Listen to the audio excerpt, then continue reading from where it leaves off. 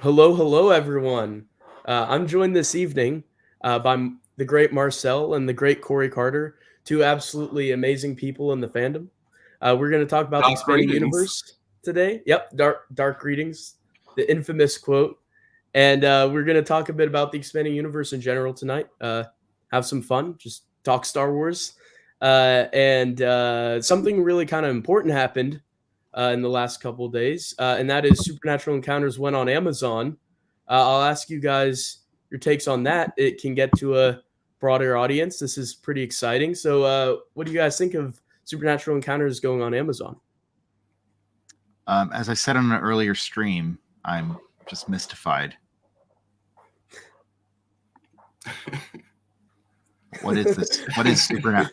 What is Supernatural Encounters? I've never heard of it before. Yeah, Such humble beginnings. It's almost like he hasn't done or devoted maybe over 40 hours of his life to discussing it, talked about it for days of his life on streams. If you must know, it's been 54 hours. 54 already. My goodness. How many are left again? 4 more streams of book content. Wow. Yeah. Wow. So 54 and counting. Yeah. Yeah, it's really amazing and humbling to see. And I think that Joe and the entire editorial team and the fan base are really quite honored and touched by how much time and effort you've all put into this. Yeah, I hope, sort of circling back to the books being now on Amazon, my hope in doing this was, well, number one was just to have fun with friends, because like, what's the point of doing anything if you're not having fun? But number two, so selfishly speaking, but number two was to provide maybe a guide of sorts for people, not like Brennan's breakdown where we're pointing out all the Easter eggs and that kind of thing. Although you guys catch a lot of them. We do, we have, but mainly just trying to capture people's interactions with the text itself and help them through it, because there are parts of it, like specifically I'm thinking book 3 and to a large extent book 4 as well, that are a bit hard to sift through, and I'm hoping that as more people engage with the text, which is the most exciting thing about the Amazon drop, is that it's now more accessible to people who want to read it in print and don't want to read it digitally.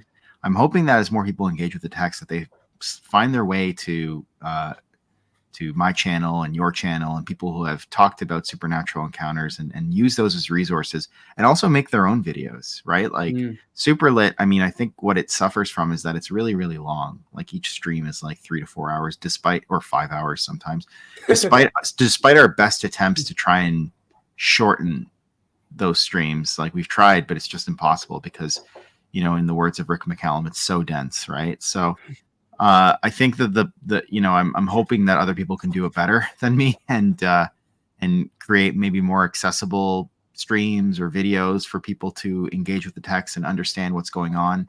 Because it's a literary work, dare I say high literature, and I think that that kind of stuff, like back in the day we had like Cole's notes and stuff like that to help out with our understanding, and there's no difference today with Supernatural Encounters, as I'm sure I'm preaching to the choir with Corey sitting here and having worked on it for as long as he did. But long story short, I think that it's an amazing thing that it's out there now for people to purchase. And I've been looking at the stats all day, and I think I'm just gonna throw up another thing if you don't mind indulging me so I can share this. Absolutely.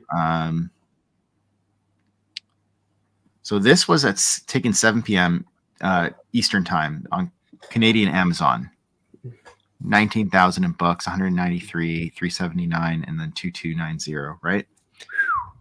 So that was at 7 p.m. And then I looked back again. It's a little smaller, but I love that they included textbooks on that list. I know. Yeah, I was going to say the same thing. It's a little smaller, but if you look at, I can read the numbers for you. 6,434 in books, 69 in exploration science fiction, 136 in space opera, 737 in textbooks. So has that jumped 13,000 in bestsellers, like overall? In Canada, Canada Amazon, 13,000. It's jumped upwards in bestsellers overall in the span of 4 hours, which I think is quite remarkable.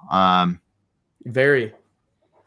Some Yeah. detractors have said that there's not a lot of interest in a work like Supernatural Encounters. I would say that's quite the contrary, and we're really seeing that so far. Well, I think the Everyone's issue been is if I thrilled can jump, about it. yeah, if I can jump in again. Sorry, I know I'm dominating for a second, but I've thought a lot about this, and I think like part of the issue is that the text is really hard to engage with, right? It really asks a lot of you, and it really is meant as like a kind of like you've read everything, now what's left kind of book, right? You've spent years of your life preparing for this moment. It kind of feels like that. And I could see how that might turn someone off, but I also think that people who say that there's not a lot of interest maybe just might be living in some echo chambers, or think that, you know, places like Reddit or Twitter are the end all be all of Star Wars fandom, and clearly they're not, because there are other places where you know, this kind of thing thrives, and you know, YouTube is one of them. I would say, and there's other places as well, like certain Discords. And there is interest there that extends beyond, you know, a few people, right? And I think, you know, the numbers are what they are; they don't lie. So, you know, it's not as much as I'd love to tell you it was me buying hundreds of copies of these books. My wife would promptly leave me if I did something like that. So it's not me. Yeah, it's been really exciting. I think that the numbers have already passed my expectations on how well it could do quickly. What do you think, Corey? Like, you're seeing these numbers come in. There's a lot of interest here. Yeah, absolutely. Probably my favorite thing about these going on Amazon now is back when Supernatural Encounters was being worked on, obviously you could chip in to support the project, and you would pay some money that would cover the costs of printing and shipping, sort of physical hard copies of the book. And obviously there was no additional profit made on top of that. It was just to cover those costs. And that disproportionately benefited people who were hardcore fans of Star Wars, who were aware of Supernatural Encounters from the get-go and what Joe was working on. And even some pretty hardcore passionate fans, or people who just discovered the EU a little later, ended up missing out on the opportunity. And thankfully there was a free PDF copy available online, but a lot of people really can't replicate the feeling of having paper in your hand and being able to read it that way. So the fantastic thing about this Amazon edition is it gives those people who missed out on the opportunity the first time their chance to pick up an actual copy for themselves. Another thing that Marcel said that really struck me was this idea that there isn't an audience for a book like Supernatural Encounters. And it sort of reminds me of a lot of conversations that were had by quite famous authors in their time around the accessibility of their works and the sort of audience that they could potentially attract. So, for example, household names like H.P. Lovecraft during their time, they were repeatedly told by their editors, hey, your style of writing and the language that you're using, it's too dense, it's too challenging for audiences. You need to sort of dumb it down to a lower common denominator to get that sort of mass appeal. And yet it continued to sell like hotcakes, because why wouldn't it? It was a, fantastic, rich, evocative works of text that could be challenging, but it was rewarding to rise to that challenge and actually engage with material of that nature. And I think that it's a similar thing with Supernatural Encounters. One of the things that I've noticed watching Superlit is that their reaction was a lot like my reaction the first time that I read it. There were these things that I would spot and recognize, and I'll be really excited about this. And then I would see something else that didn't make sense, or that I didn't know the reasoning or rationale behind, or things like that. So Superlit sort of invites people to come along on that journey for the very first time. And as I've said a couple of times during the stream, Supernatural Encounters is the kind of book that benefits from multiple rereads. You'll discover something new each time you go through it. I'm still, to this day, occasionally flicking through chapters and finding something that completely flew over my head, all of the previous times that I have read it. And it's very rare to find a book that is that rich and that dense and has that many interwoven and interconnected layers that you can have that kind of experience. So I think that there is definitely an audience for something like that, that's challenging but actually rewarding to engage with.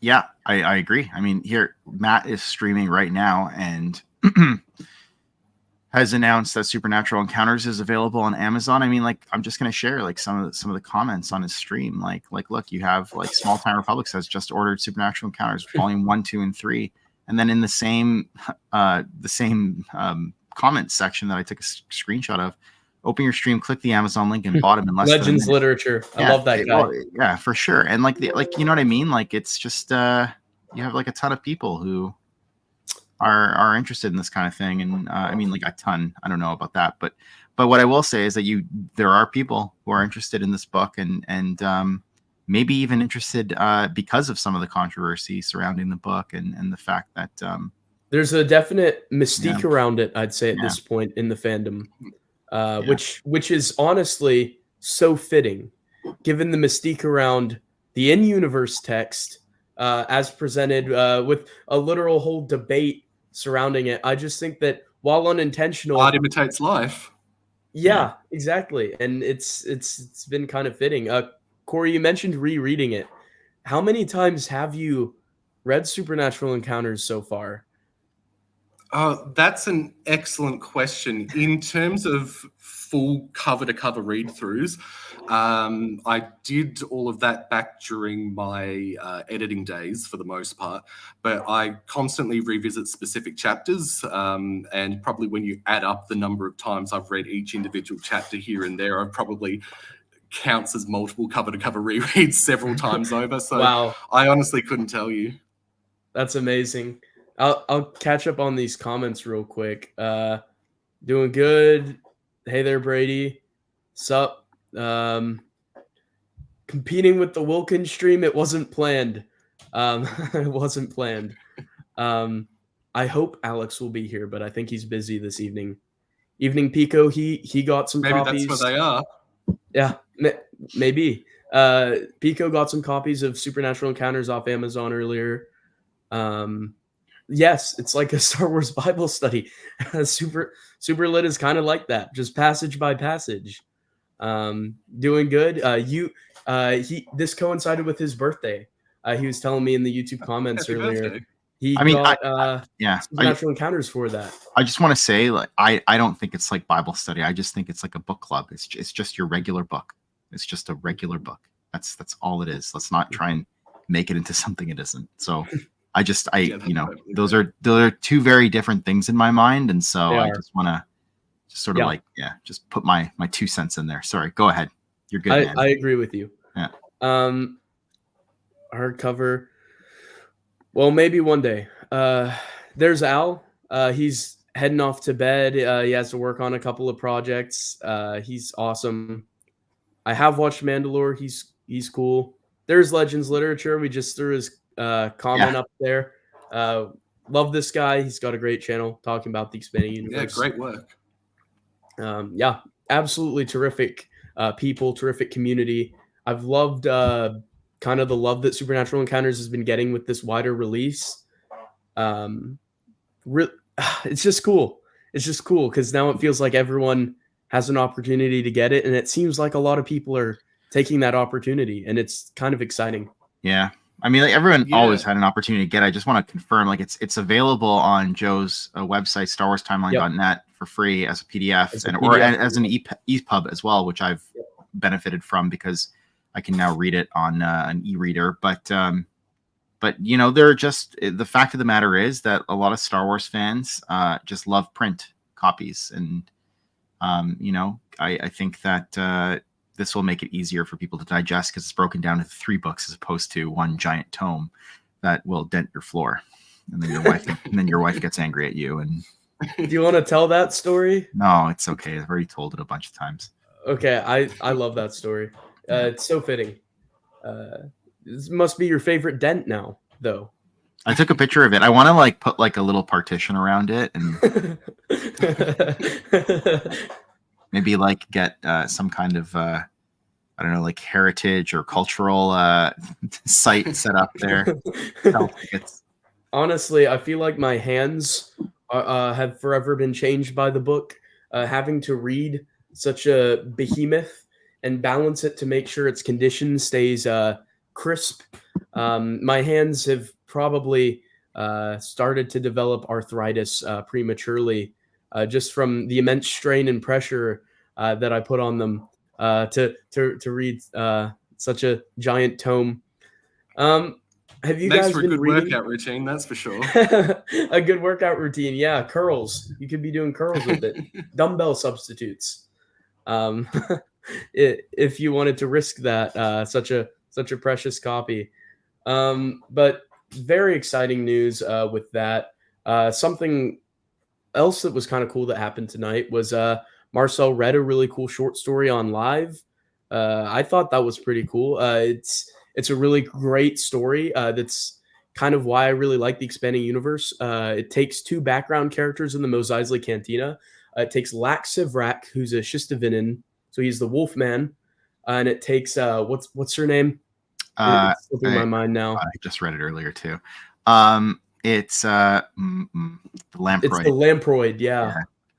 It's, she is likewise named, and the two of them are just in maybe 3 seconds of A New Hope, and they got an entire short story dedicated to them. Dice Ibagon is her name. Dice Ibagon, and it is beautiful. It is an acid trip. It is science fiction. Brings a tear to my eye, which is so weird. That kind of a love story between a wolf and a larva. A worm. A worm could touch my heart, but it really kind of did. I can throw up a picture of a lamproid. Let's see if yeah, there we go.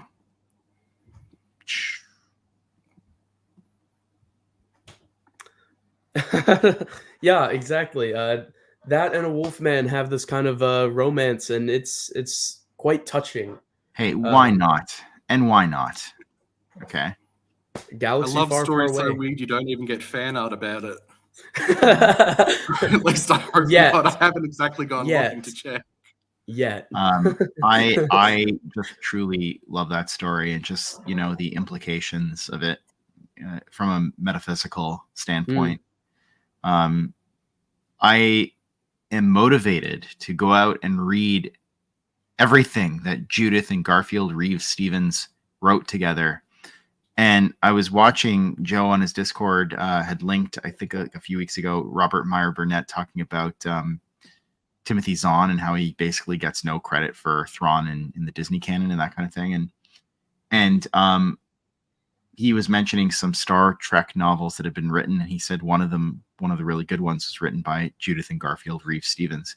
I was like, man, you must have to have just like, I think they're husband and wife, maybe they're like brother and sister, but you have to have a really, really great relationship with the other person to be able to write with them. Like I'm thinking of like Steve Perry and Michael Reeves and Maya. Oh my God. Maya Catherine Bonoffy. Yeah. So, and there's Kevin J. Anderson and his wife, Rebecca Moesta. And the other duo was James S.A. Corey, who wrote Honor Among Thieves. They were that's actually a pseudonym for two authors. I think they were college buddies. Yeah. Also, Sean Williams and Shane Dix wrote Force Heretic. Yeah. Yeah, lots of good duos for authors in the expanding universe. It is very interesting because you wonder what the writing process is for something like that. Yeah, I often do. I read The Talisman, which I understand Alex is reading, but I read it last August, and that was by Stephen King and Peter Straub. And I'm just like, how do you write this? Does someone write like parts of the book and then they pass it off to the other person to write? And because like, how do you find a voice that stays consistent throughout the narrative, right? And you'd probably maybe have two different perspectives, or at least slightly different perspectives, tugging a story either way. I mean, maybe they went sentence by sentence. You get this one, I'll get the next one. Oh man, that would take forever. I imagine it's a much more intimate and collaborative version of a writer's room like you have on some TV shows. And one of the arguments that's been made regarding the sort of perceived declining quality of certain TV shows and programs is that they're not having these collaborative writing rooms anymore. They're just sort of commissioning people to write an episode, and they're sort of doing it siloed, and they're given a sort of basic direction of what exactly they want to be included within that episode. But there's a lot less coordination and actually speaking with your fellow writers to say, hey, I'm setting up this particular theme, or I'm playing with these concepts here. And then someone will chime in and say, well, okay, well, I can tie that into this here on my end, and blah, blah, blah.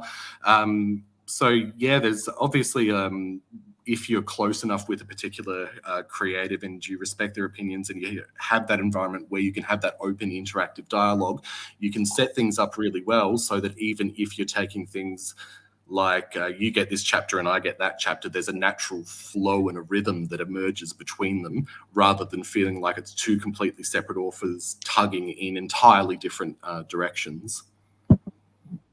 It would be really cool to experience something like that. A connection like that as you're writing a story. I imagine that it would bring you closer together with the person you're writing the story with, in addition to kind of learning about the story. It's like two good actors bouncing off of each other in a show that we like. I'm sure many names come to mind, many characters, many faces of just great actors that just have great interplay. I imagine it would be like that, kind of just very symbiotic, very just mutually just giving forth these ideas that mesh so well into a story. It just sounds so cool. Yeah, there's no substitute for having a creative sounding board that you can bounce ideas off. And that was one of the sort of fun things about working on the editor's team in Supernatural Encounters, was that Joe would occasionally, just come into our group chat and say, hey, I'm currently working on this subject, or I'm working on this particular thing. And I'm sort of trying to wrap my head around why this might be the case, or what are the sort of motivations of this character in this scene. And then we'll just, discuss that from there and bounce off ideas off each other and continue to hone and polish it. Yeah, that sounds wonderful. Yeah. Maybe one day I'll do that with somebody. EU streams are a lifesaver. Couldn't find SE by just searching on Amazon earlier. Well, one thing I noticed is it's not coming up if you search Star Wars Supernatural Encounters, but it will come up if you search just Supernatural Encounters. Or Arhul. Arhul. Does that bring it up? Yeah, ARHUL will bring it up. Okay. Joe Bongiorno brings it up as well, but it also brings up his More Civilized Age book on there as well. I wanted to say Legends Literature, if you're part of any fan groups or Twitter or whatever, spread the word. Absolutely. He's got a great audience over there. He's been for sure. I love his channel. Going through the expanding universe, and it's just really fun getting to relive things through his eyes. He doesn't like everything I like. He doesn't dislike the things I do, but his perspectives are great. His perspectives are fresh. Yeah, really love his videos. It's been great so far. I will have I have the 2 Legends Con and the 2 contributor. So once I get the trilogy, it'll be 7, which sounds a little bit extreme perhaps. But if you want to see a great video about that, Arthur had a sketch. Have you seen it yet, Corey? Arthur's sketch video about Supernatural Encounters. Yes. You saw that? Yeah, that was awesome. It was amazing. Yeah, just really funny. Definitely. Go over there. In terms of the different copies and editions of SE, Brennan actually has more than I do. I don't have the Legends Con exclusive covers. I just have the contributor versions, and I've ordered the Amazon ones. Do you know how hard it was to take those back to another country? They were in your suitcase, right? Your carry-on.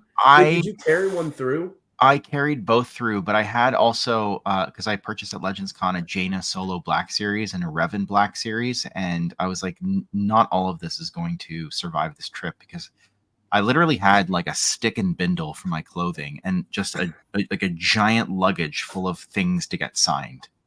And I managed to get every single thing signed except for like one thing. I think I brought like a comic for Henry Gilroy. Because his arm was... I would have he could have just used his teeth or something and signed it. I would have taken that. I would have squiggle. But honestly, I literally didn't have I packed lightly in terms of clothes, and it was more I just need to get all these books signed. And then at the con I bought Supernatural Encounters, and I was like, how am I gonna get this back? But I did. Yeah, that's the danger of these things, because you're bringing stuff in and you're taking stuff out. True. Yeah. And you got that all the way through safely. Put it on your desk, and in the safety of your own home is when it decided to take a header. Okay, we've got more comments here. Matt's stream just ended, so this stream is next up. Didn't want to take anything away from Matt. It just kind of lined up as it happened. Max, hello there, Max. Hey, the link's in the Insta chat if you want to join. Come on if you'd like. Hey, hello there. Hey, Scott. Yeah, absolutely. Spread the word. Let's get this thing rising even further through the bestsellers thing. Let's get it might not reach to the moon. Yeah, exactly. It might not reach the heights of Heart of the Jedi, but let's get it into the top 100 if we can. It would be great to have that a second Star Wars Expanding Universe canceled work in the top 100. Come on, if we keep having a track record this good, I mean, yeah, there's clearly an audience and a market for this. Listen up, Disney. Yeah. Hey there, man. If you want a fresh perspective, tune into Jade Light streams. His streams are great.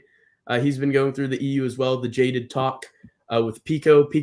It's basically Pico's channel too, to be honest. They've been going through all these stories together. I'm excited for when they get to Supernatural Encounters 2030 Jaded Talk. I'll be looking forward to it. I think, are they on Junior Jedi Knights still? Is that the one they're doing tomorrow, Marcel? No, they already did Junior Jedi Knights, and they talked about it for 10 hours, and it was amazing. Yeah. I've not had a chance to watch it yet. I look forward to it. That sounds amazing. I think they're on Young Jedi Knights next. Okay.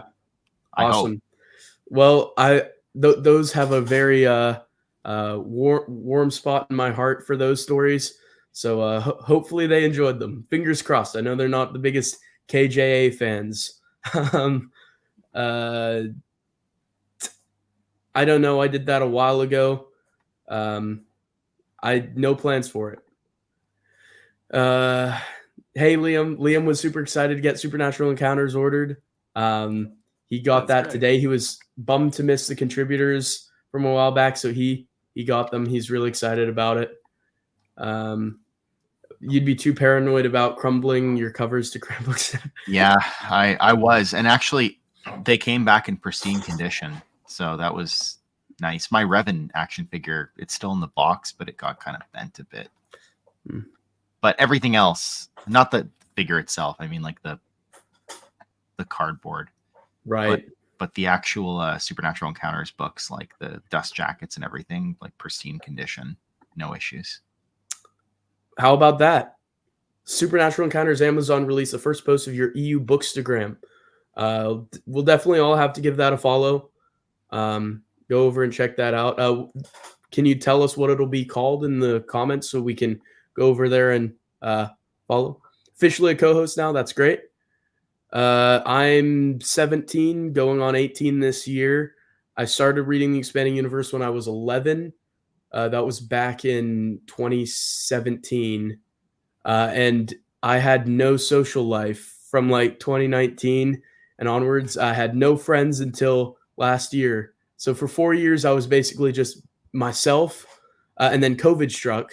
So I had nothing but time on my hands, no people to do anything with. So I just burned through it. And it was just there for me in my time of need. And I'm eternally grateful for that. Now I have friends again. So I don't know how I'd find time to read it right now, but how did I find time to? Yeah, just all the time between school, which I did my school on computer programs, so I didn't have to go into school to do it. So in between courses, just kept my book with me, put my book behind the computer, read it. Playing Baldur's Gate. If you'd like to come on, you're welcome. What's more important, Maxine? Baldur's Gate or this?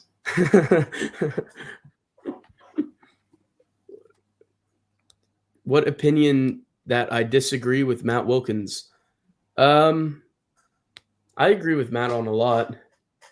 There's not anything I really disagree with him on. I don't know.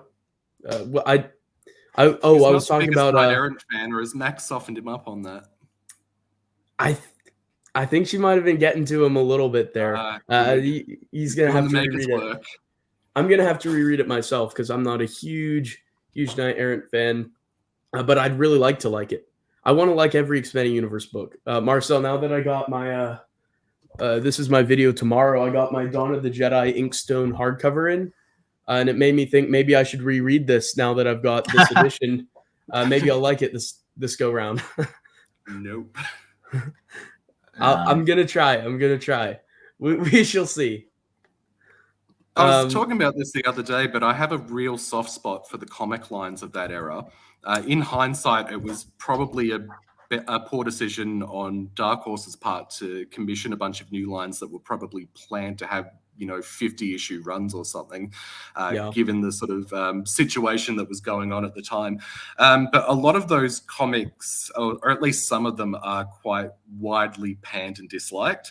And I really have a soft spot for them because they were clearly had a lot more planned. They needed a bit more time to cook. And I include Invasion in that category. That's my spicy hot take. Whoa, Invasion.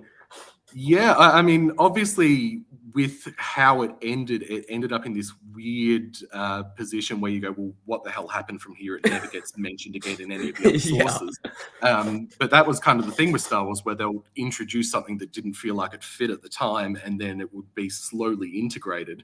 But the thing that I really love about Invasion is that they went all out on the fleet shots.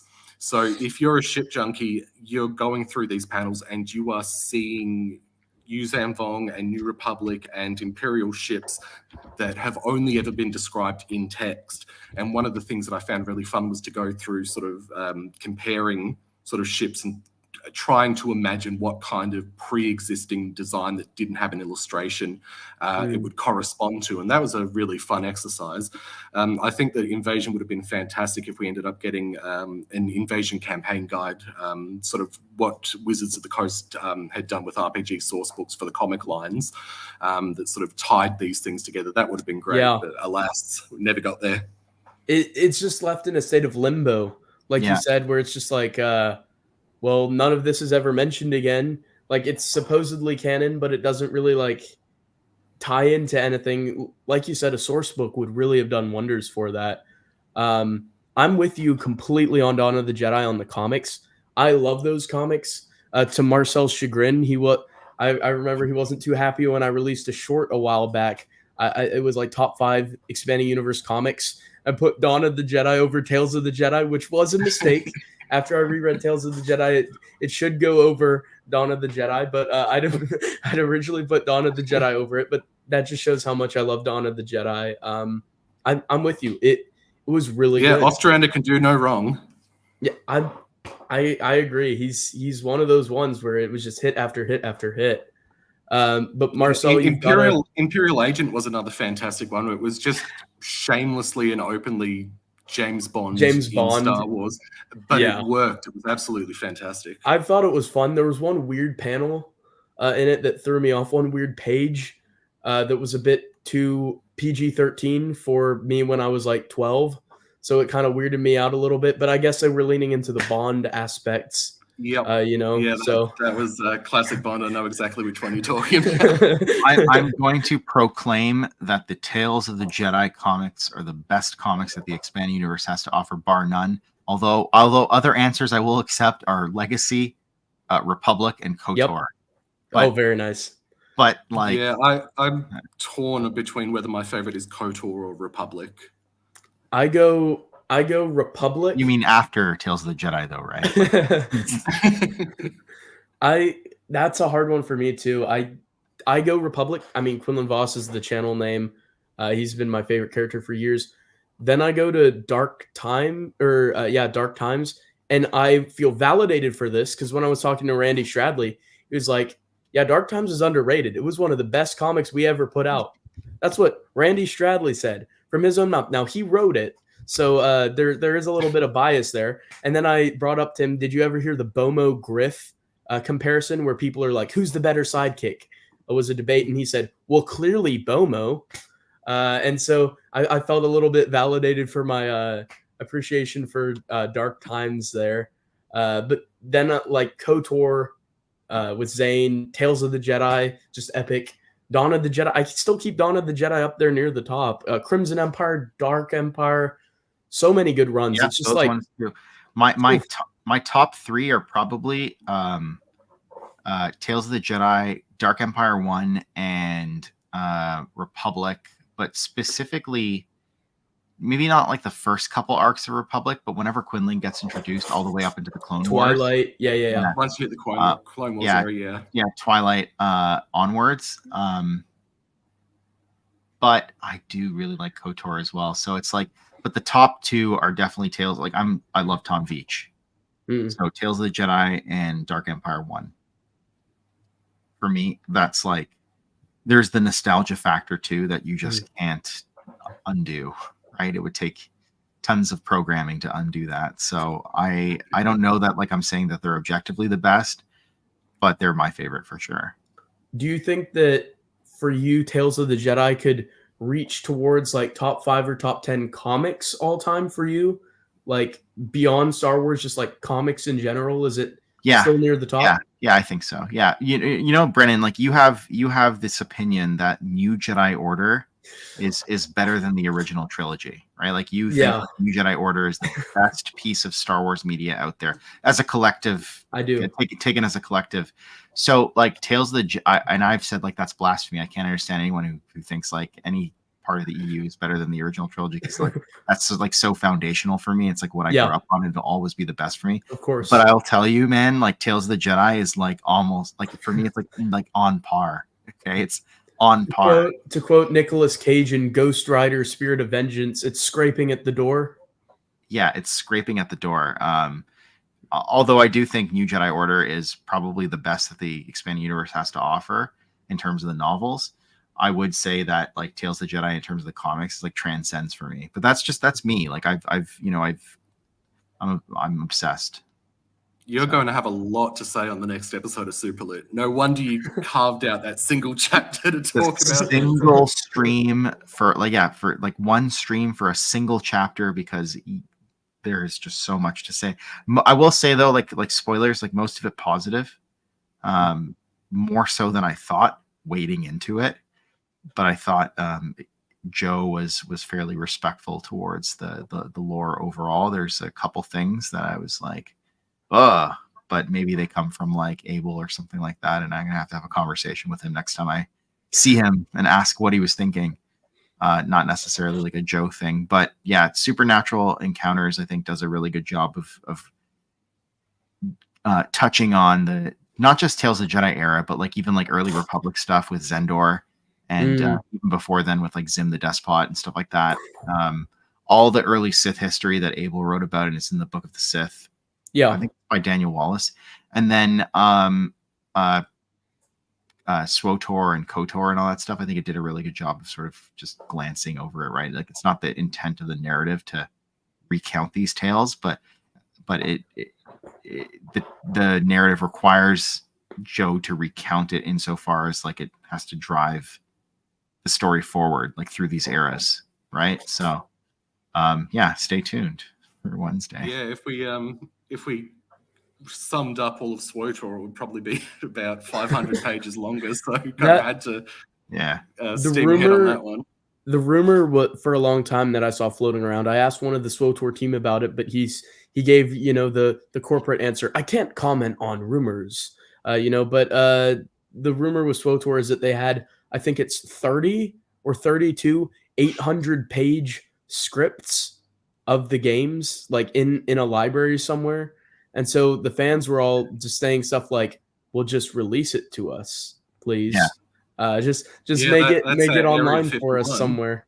Exactly. What's the likelihood of us getting another SWTOR short story? Because I remember last year I think there were like 2 maybe that dropped. There was last year there was Snare, Bottled Fury, and I think one other. I think we got 3. I think so. And those authors were Jay Wadamuniak and Caitlin Sullivan Kelly. Now Jay Wadamuniak is no longer working with SWTOR. He originally transitioned over, I believe, because BioWare got bought out by what's the company called?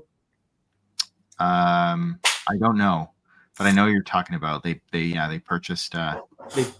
The SWTOR.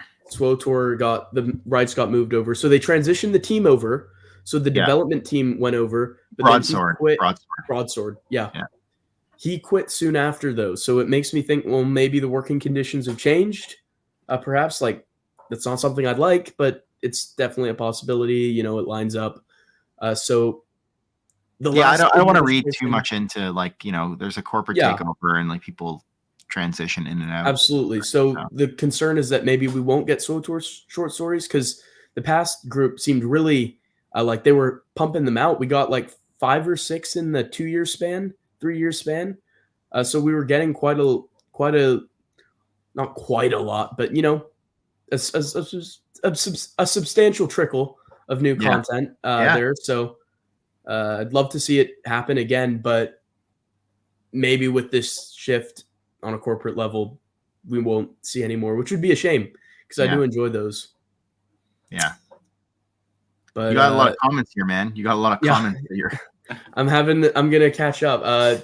First of all, can you order a round of drinks from the bar behind us? I'd like 2 blue milks, please, over here. Yeah, we'll get like Wooher's special where he distills a drink from a dead body. Was it Burrito's body, no less? Yeah. I'll stick with the Jawa juice, freshly squeezed. Yeah. Freshly squeezed Jawa juice. Awesome.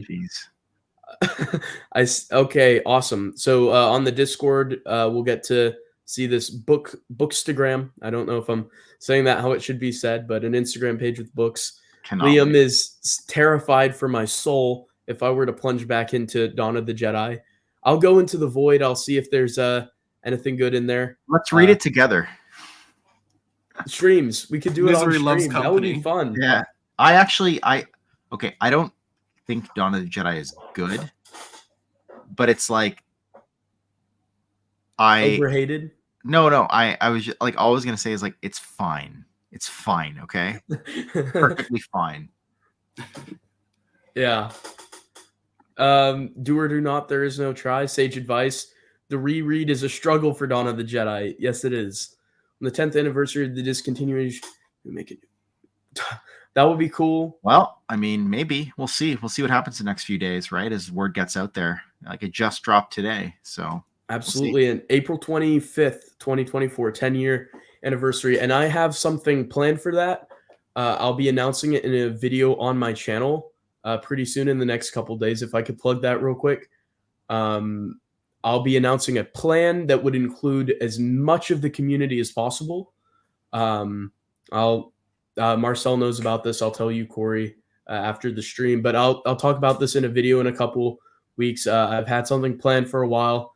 We're going to see if we can make it happen. I think it'll be really cool when it comes together in the end. Some people might think it's kind of cringy or whatever, but I think it'll be cool for us to do if we can get enough people to come together and do it. And I think it'll be fun. So a project to kind of memorialize the expanding universe that would release on the 25th. That would be dealing about it from lots of perspectives. And I'll talk about that later. When I heard you say that, he was about to go to bed and then heard that I was going to reread Dawn of the Jedi and feared for my soul. There it appears. With books like that Squidward meme of his eyes snapping wide open.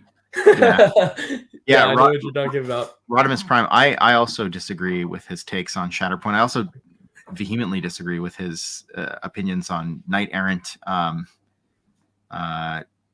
What was it? Tales of Jedi Redemption and I Jedi. Yeah, that's the other one. Yeah. Now that you say it, I do disagree about the Last of the Jedi series take. He and a YouTuber named Noah, they both always talk about how bad Last of the Jedi is. And while it might not be the same level good as Jedi Apprentice, I think Last of the Jedi personally is better than Jedi Quest. I enjoy it quite a lot. I think it's really good. Ferris Olin, Matt hates that guy. He's kind of one of my favorite characters in a way. I understand the whole like, oh, he never does any wrong. He's always just like always good. But I kind of have a soft spot for him, I think. Let's see. Like the end of Alien Chronicles. Okay, interesting. I've not read Alien Chronicles yet. I know it's a trilogy. I've heard good things about it before, but maybe it drops off at the end. Have you read it yet, Corey? Alien Chronicles? I've got the books. I've partly read my way through the first one, but I still need to get through them all. I've got a pretty big reading backlog. I can imagine. Yeah. How is it? How's the writing style? Is it all right? Does it feel Star Warsy at all? What would you say it's like? Yeah.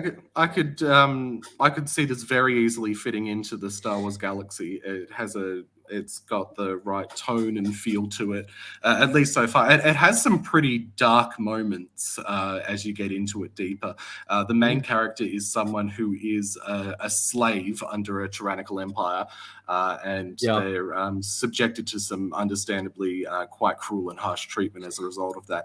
And that can kind of, depending on what sort of Star Wars sources you engage with, it's more on the PG-13 side of things, as we were discussing earlier. But beyond that, yeah, it's a really fun and interesting series, and definitely worth picking up because it feels like it would fit. And obviously, a lot of EU authors felt the same way as they tried to sort of sneak little Easter eggs and wink nods into various sources throughout the years. Yeah, it's awesome. I have books 1 and 2 so far, so I'll probably wait to get book 3 before reading them. But I'm very much looking forward to it. It sounds fresh, kind of different. Like as someone said earlier, how have you read all the expanding universe that you've read? Well, it's because basically I haven't read anything that's not Star Wars for like years. So it almost in a way it'll be a little refreshing to read something that wasn't originally Star Wars. Marcel, you're muted if you were talking. I was talking. That's not true, Brennan. You made me read a non-Star Wars novel this time last year. That was a mistake. Which was not good. Called Rocannon's World. Yeah, Rocannon's World by Ursula K. Le Guin. And that was not a good book. And you're like, yeah, let's read this, man. It'll be fun. We'll read through like the entire cycle of 18 books. Me, you, and Alex had started the book, and there was like 12 short stories, 6 novels. It was dreadful. It reminded me why I was only reading Star Wars books, I guess. I thought we were going to like make streams about it maybe or something like that. But yeah, you're right. It was horrible. Yeah. It was absolutely horrible. The prose was so dry. Oh, man. Love to see more love for the Dawn of the Jedi comics. KOTOR. You've not read KOTOR and Tales of the Jedi yet? They probably will top it just because they have, I think, more time to breathe, more time to do things. Tales of the Jedi just feels classic. Like, I don't have the same nostalgia for it that, like, Marcel or maybe even Corey would have for it. But when I came to it, I'd already read Dawn of the Jedi. I'd already read some of KOTOR. I'd already read Republic and Legacy. So as I was reading it, I just thought it felt so, like, classic. Not like of its time, because it's kind of timeless to me. But it just feels... Oh, the cover art is... The cover art is a product of its time, but still so beautiful. I have some of them up there in frames for Tales of the Jedi, but it's just so there's a quality to it. It's hard to describe. Marcel could probably put it more eloquently, but it feels established and it feels valuable to me. Good night. Thank you for stopping by, Liam. KOTOR #1 for you. Yeah, it's hard to argue with that. It's a great comic series. I enjoy it. I enjoyed it. Zane Carrick's from there. He's terrific. As I mentioned in my interview with Brennan, Zane's my favorite character. So is he? Wow. Zane Carrick #1 for you. He is a really good character, I think. I really enjoyed seeing him suffer. I know that sounds like sadistic, but I mean, like, he really like kind of comes through it, right? He really does. Yeah, it's an interesting story. it's because of that I think he's so relatable. That's right. To us. He's your everyman Jedi. He's barely a Jedi. Yeah. He's just like us in Star Wars, just trying to make it through. It's a galaxy of dangers, and I'm just meandering my way through, stumbling through like a bumbling idiot. But also, I'm so well-meaning and so pure. He tries hard. Yeah. KOTOR may take place after all.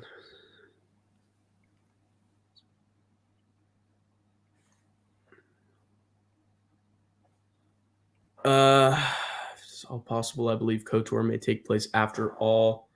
Tales of the Jedi are still in the development for Jedi in general.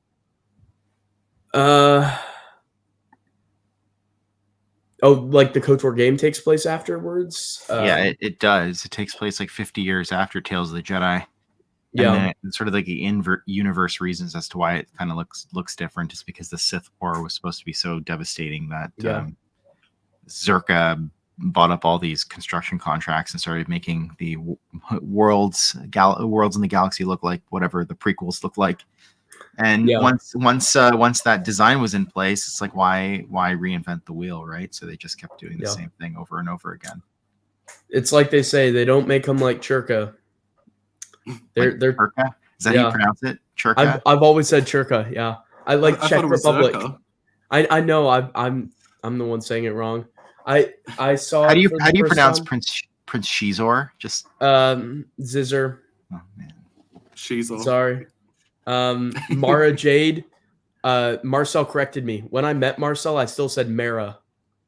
And one time when I was 11 or 12, and I randomly said to my mom, if I ever had a daughter, I'm going to name her Mara Jade, is what I told my mom when I was like 11 or 12, because I was reading like the Thrawn trilogy at the time. And then I told her like last year, yeah, it's actually pronounced Mara. She's like, I like Mara better. There you go, man. Have your own kid. You can name her whatever you want. Well, maybe. Yeah, it's like Leia. It's the tomato of the Star Wars universe. Well, it's like actually in universe though. Like Jan Dodonna calls her Princess Leia. It's yeah. Anyways, it's funny. One of my favorite streams of all time, I think, was in this. No, it was a different stream.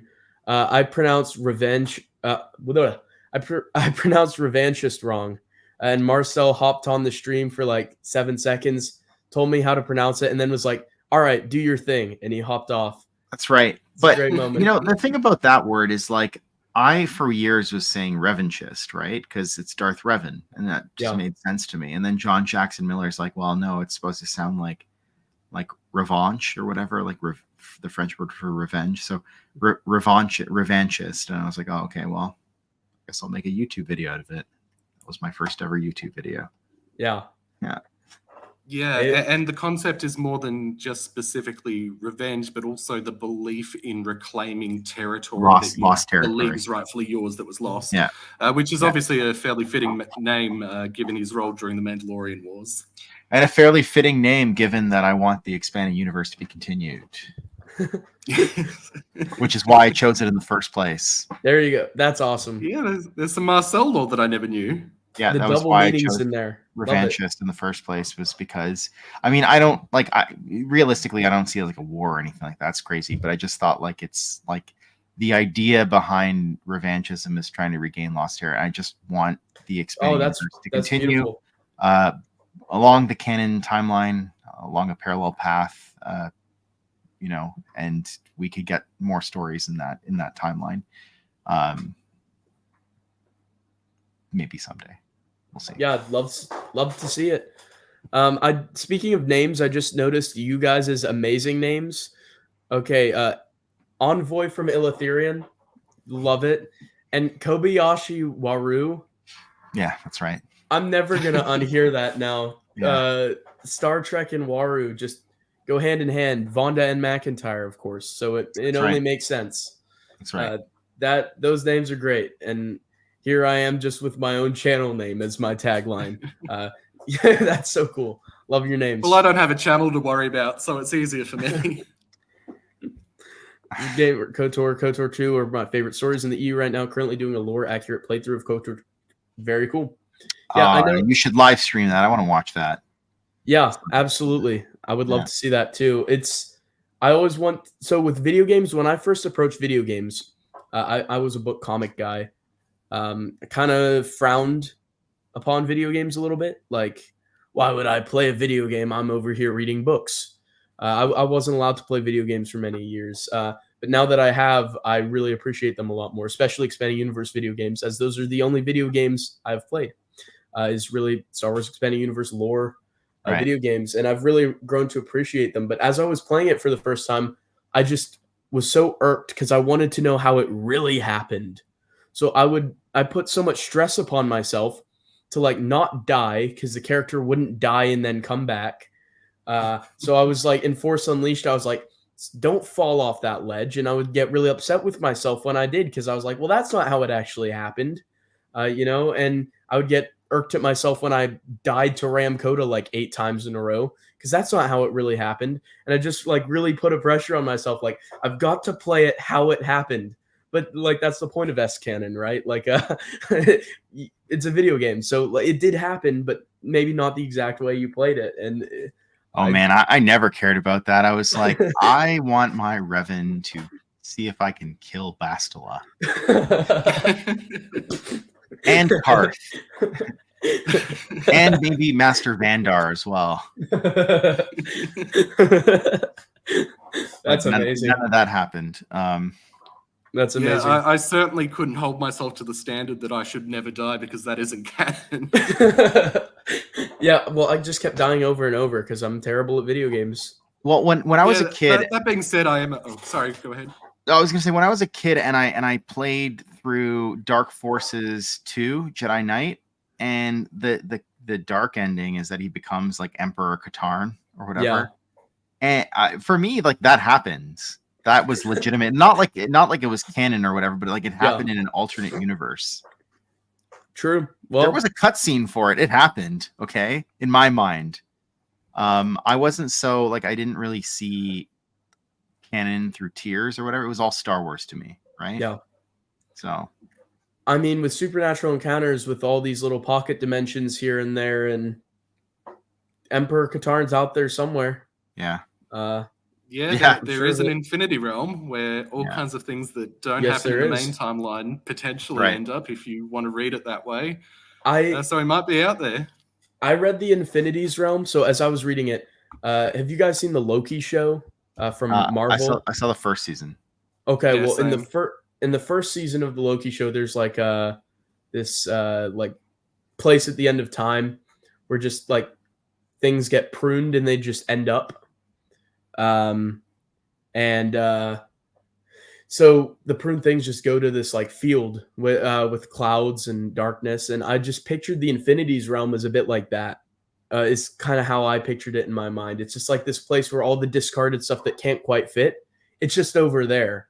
It just ended up like getting pruned and put over there, is kind of how I just pictured it when I was reading about the Infinities realm and stuff like that. I just pictured it like that. I can neither confirm nor deny whether any work regarding Apiron is currently in development. So I will just leave that subject there and we will move on. You know what's funny about when someone says I can neither confirm nor deny? It's because they're actually confirming it when they say that. So. Yeah. Yes, Marcel has learned that I'm a chronic hinter. That's okay.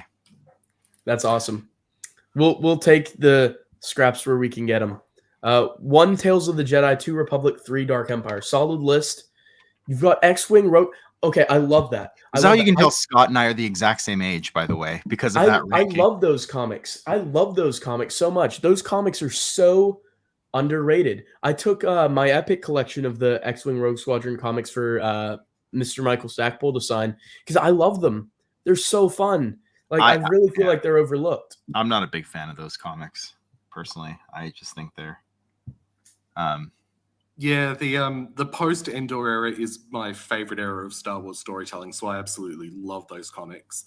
As I brought up during our interview, Solo Command is my favorite X-Wing novel for the reason that it's pretty much the only EU source that has sort of captured the idea that Han has grown as a character throughout the events of the original trilogy films. He comes to, accept responsibility and take a commission as a general.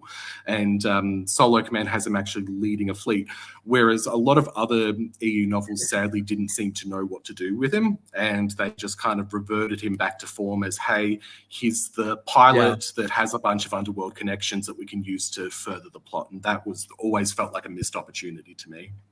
Although I like to think that as a result of Solo Command, and then like right after that, his courtship of Princess Leia, he's absolutely like disgusted by the fact that he spent so much time in the military and almost lost Leia as a result of it. Like she's ready to go with a soldier as a result. So he's like, I'm never doing this again. I'm never being a general again. Like he didn't want to do it in the first place. He kind of got, roped into it, and he had to go along with it because they're mopping up all these warlords after Endor. And as a result of that experience, he's like, never again. And that's why he reverts back to his old ways in all the other Bantam novels. I love that. So headcanon now. Thank you for that, Marcel. That's a huge help for me. Yeah. That's great. So he was like, okay, I accepted responsibility and almost lost the love of my life. Never taking responsibility again. That's right. I love that. That's the most Han thing ever, honestly. Like Corey said, that's canon. Well, they were away from one another for months, right? I mean, and you can Alston hints in Solo Command, like he's kind of hurting as a result of that, right? Like he thinks about Leia and stuff like that. Yeah. And if you accept everything to be canonical, other than Infinities, obviously, then this is after they almost got married in Jedi Prince. Yep. So that's messed up.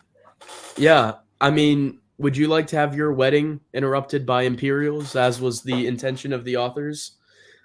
How and not just any Imperials, but truly the weirdest Imperials ever. The Carnival Act Imperials. Yeah, the circus of Imperials crash your wedding. Stormtroopers and TIE fighters and all.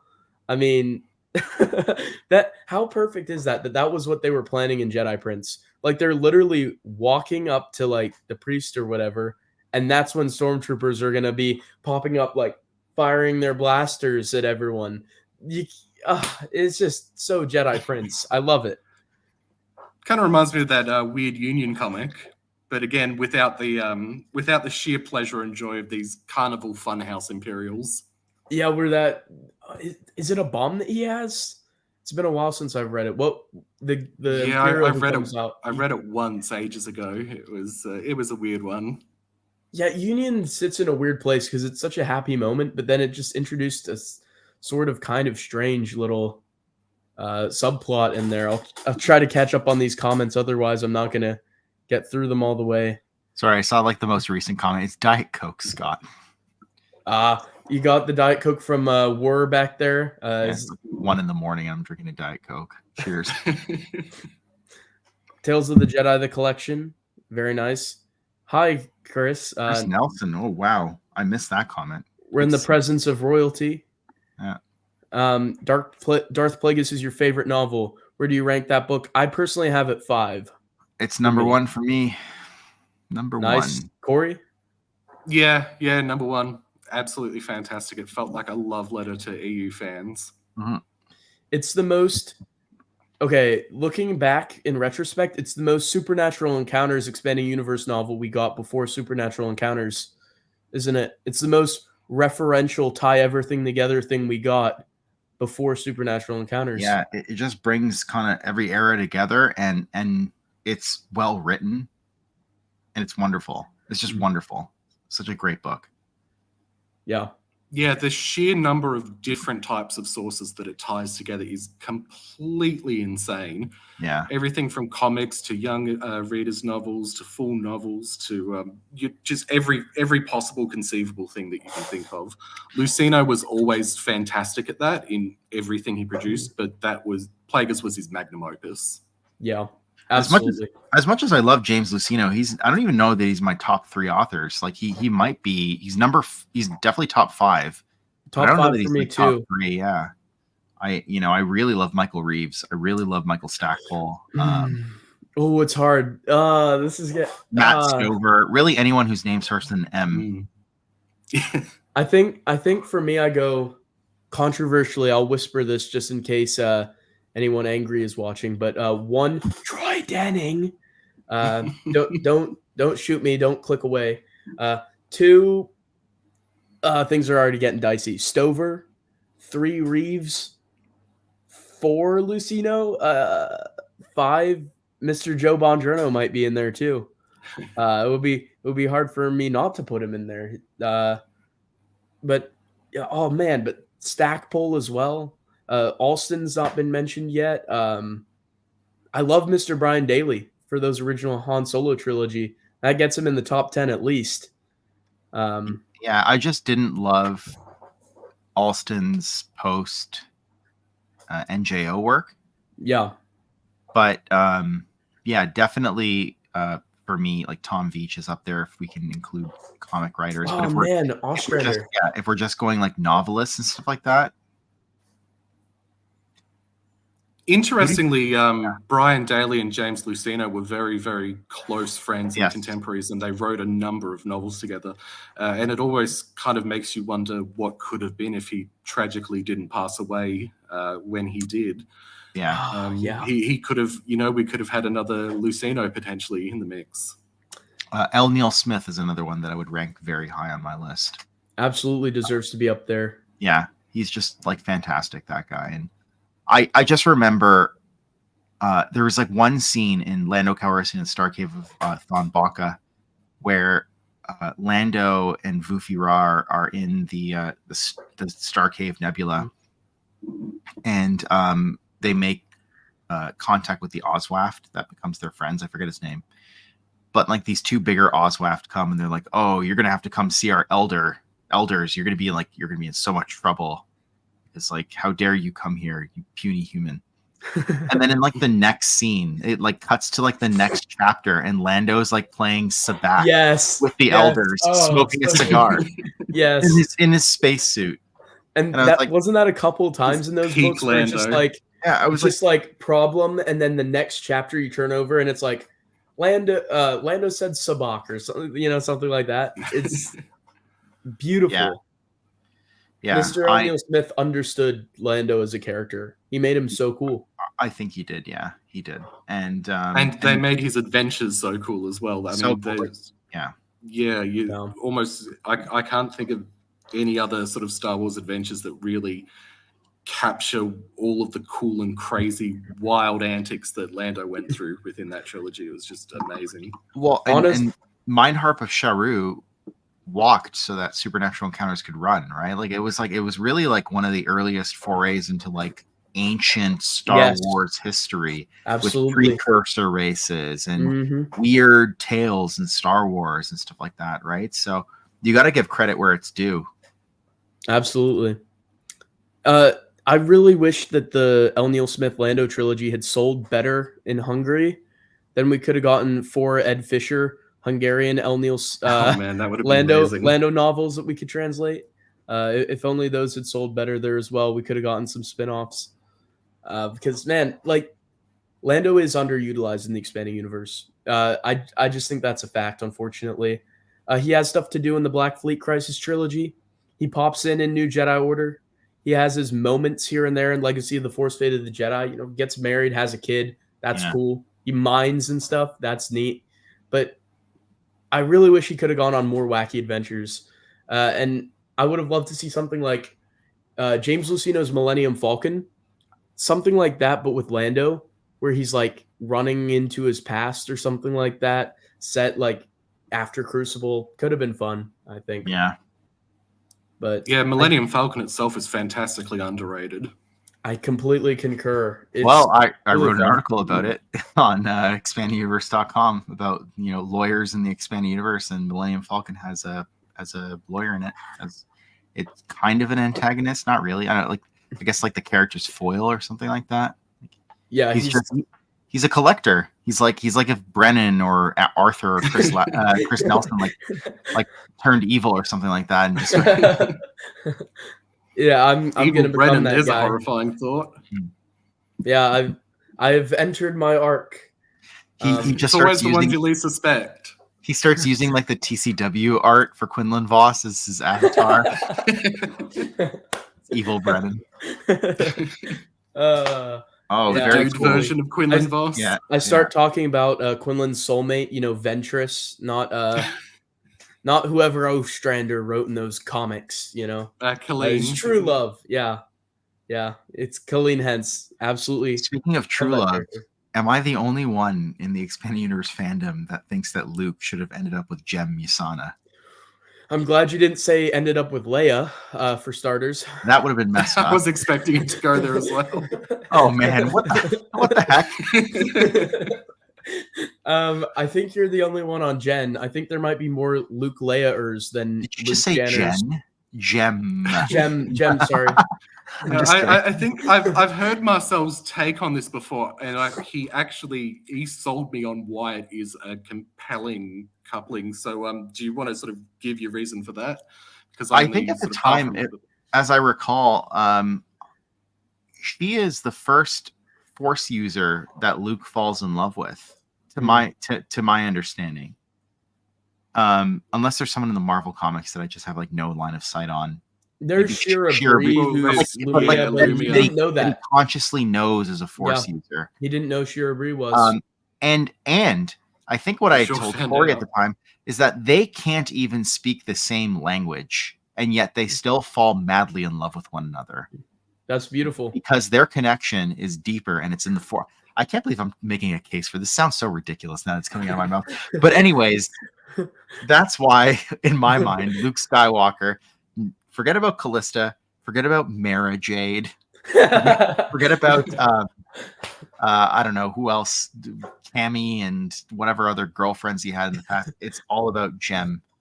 And this April, April 1st specifically, I'm going to be making a Luke and Jem appreciation video. Oh, I can't wait.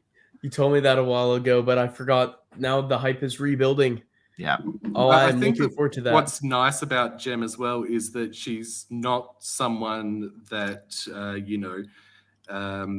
she's just a nice, good person that, makes Luke happy.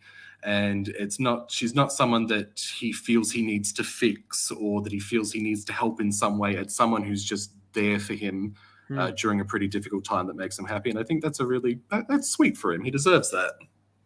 Absolutely. You guys make a good case. Wow. Yeah, because I mean, like, certainly the Thrawn trilogy hints at, like, yeah, there could be something here between Luke and Mara. Like, you'd be forgiven for walking away from those books being like, yeah, I feel like there's something there between them, right? But it doesn't really explicitly state it as Not being yet, so, yeah. right? And that's why Mara has, like, her escapades with Lando and Luke goes off with Callista and stuff like that. But everybody forgets about Jem. And my headcanon theory is that Luke never mentions Jem again because it just absolutely shattered his heart. And to even conjure her up again would break the man. Worse than anything else in the expanded universe. He would turn into canon Luke in like a second if he talked about Jem. If he openly admitted his feelings about Jem. So, being the person that he is, he bottles it deep inside and just shoves it down to like the darkest recesses of his heart. So in Fate of the Jedi, sorry, I just saw Pico's comment. Pretty sure it's just bad writing. Yeah, well, you know what? Listen here, you little shit. I like how earlier Brennan was whispering Troy Denning, and here you are going after Mara Jade. True. What you made me think of, though, with that is in Fate of the Jedi, Abeloth tries to use Luke's past thing for Callista against him. So if Abeloth had returned, as was the plan of the writers, if the expanding universe had continued, as they're searching for this Mortis dagger, Abeloth is returning, and she's a threat again. Would she have used Jem as her next puppet? And would that have broken Luke? What do you think? Wouldn't she need Jem to be Jem's a corpse at this point, right? Could she reanimate it? I mean, she killed Callista and then, well, I assumed killed Callista. Was Callista still alive? Well, Or Yeah, she but- was alive. Yeah, she was alive when she was inhabited. okay, By Abeloth. yeah. Well, she took her first, but then didn't she die in the process of being taken but by Abeloth? once Abeloth has sort of taken you, then she can continue to use your form. Okay, as long yeah. as she needs going onwards. She's yeah. like she's Makes gained sense. she's gained it like Mega Man. Whenever he beats like a boss, he gains like their power. That's like Yeah. Callista.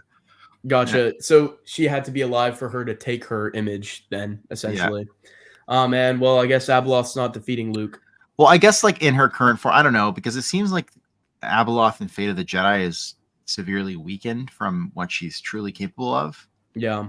And so, yeah, I don't know.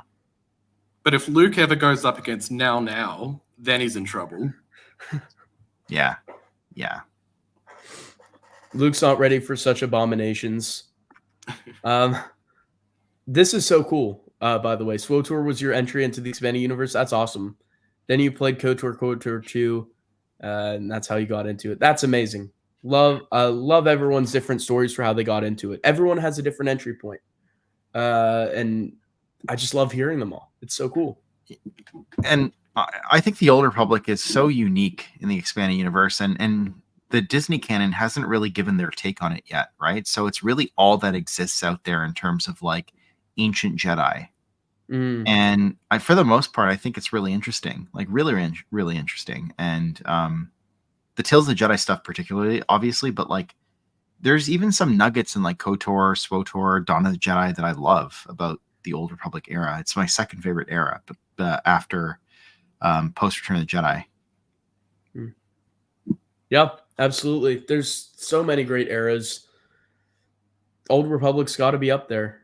Old Republic's got to be up there. And yeah, the Knight Errant gang is strong in the chat.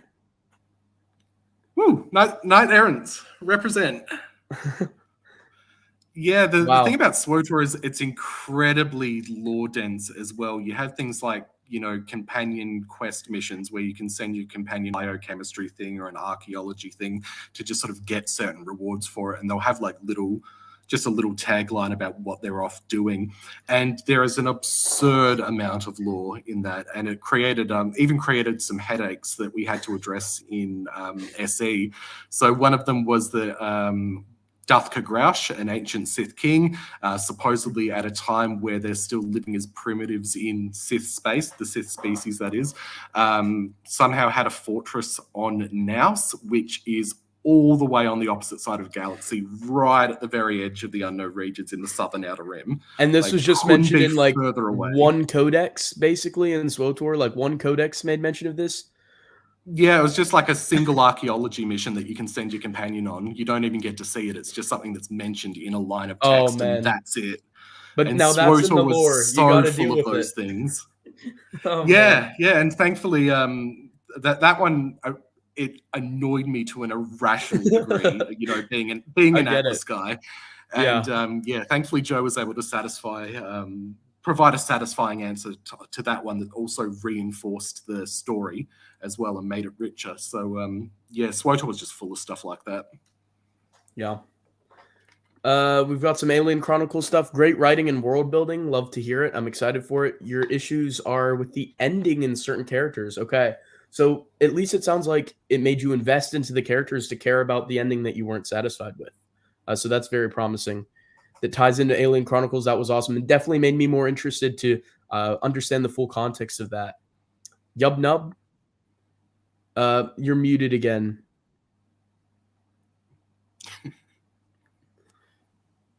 Okay.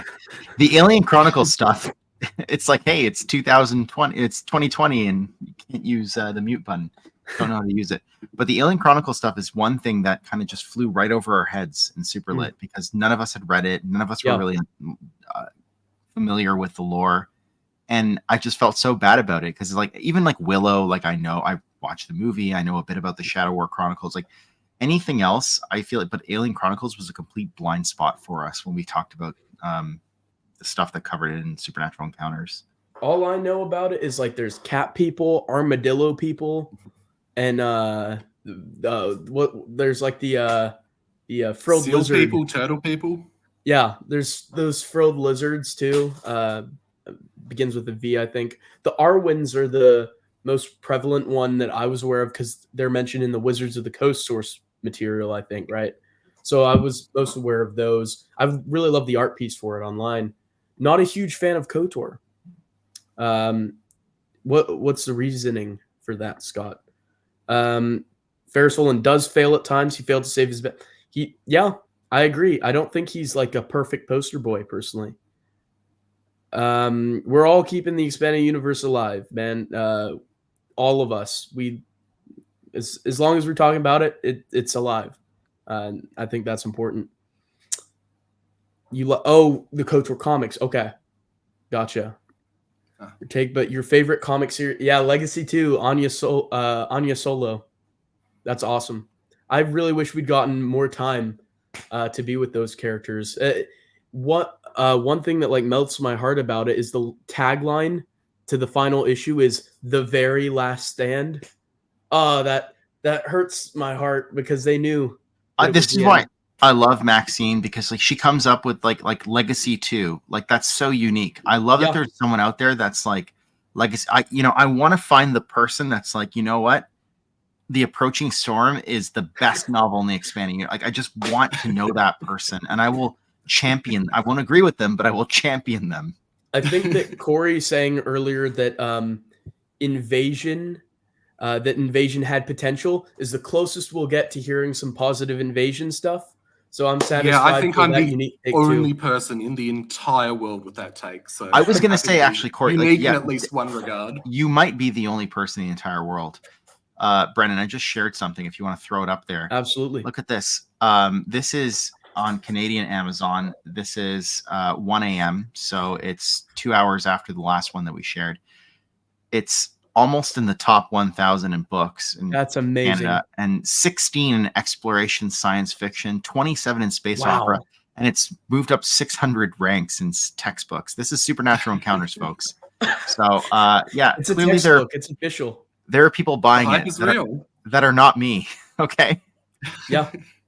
This is terrific news. Let's keep those numbers going, guys. Tell your friends. Those are rookie numbers. You gotta pump those numbers. Pump those up. Yeah.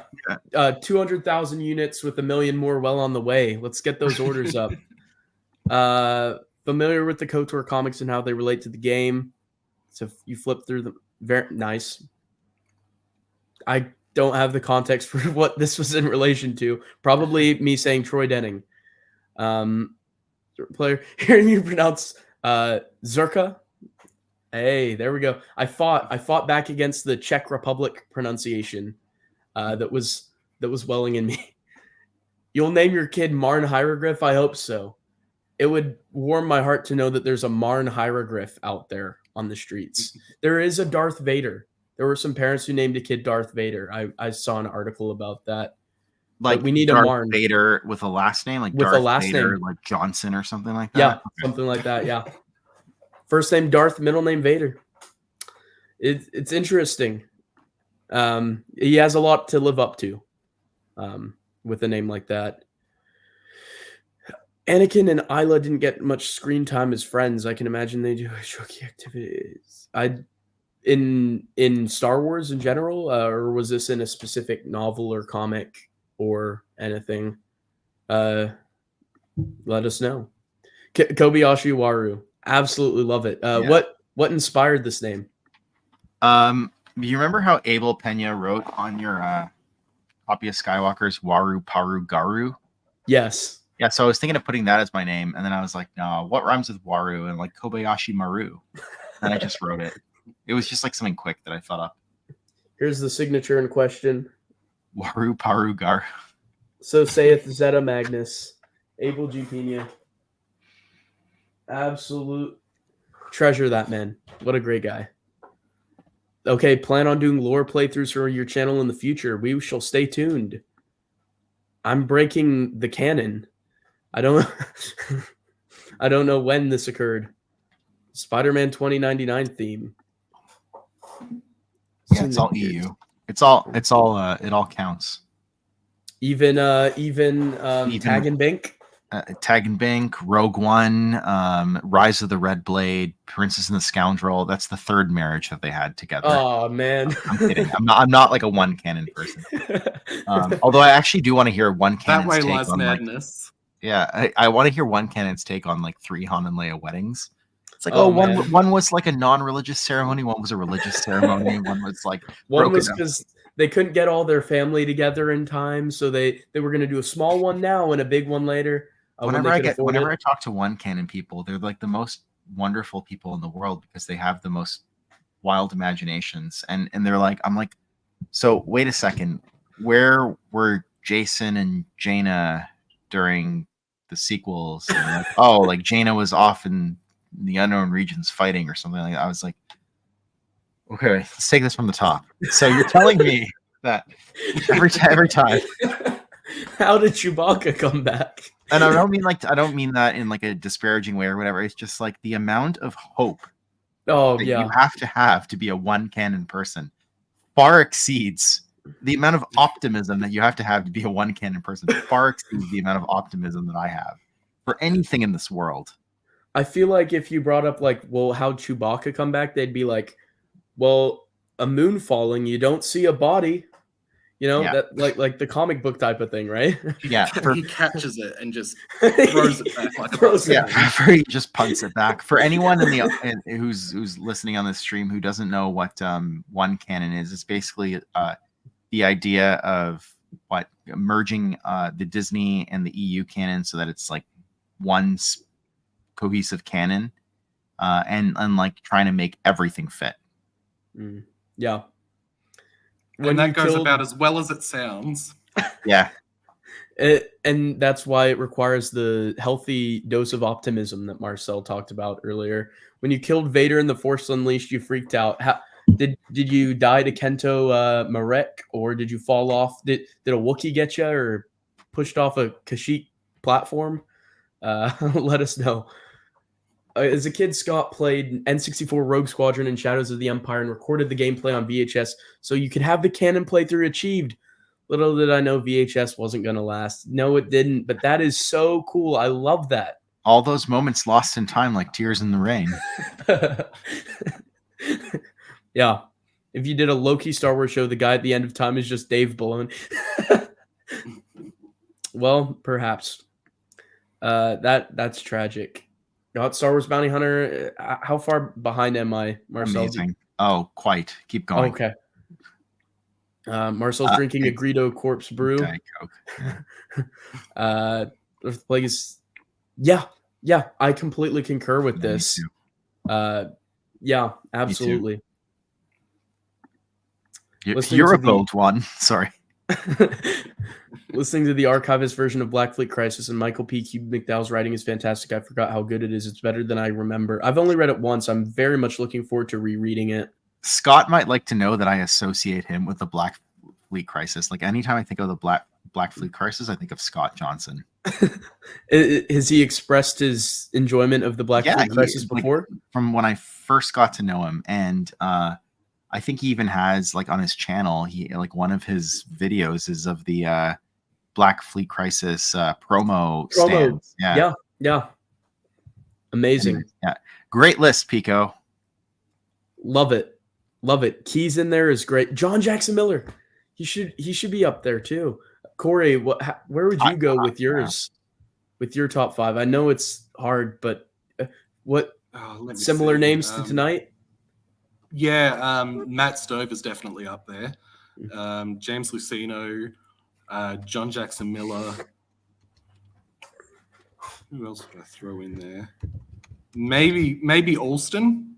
Maybe with at least with his X-Wing novels, I wasn't too enamored with some of the other stuff that he produced later on. But yeah, I thought he did fantastic work there. And I will.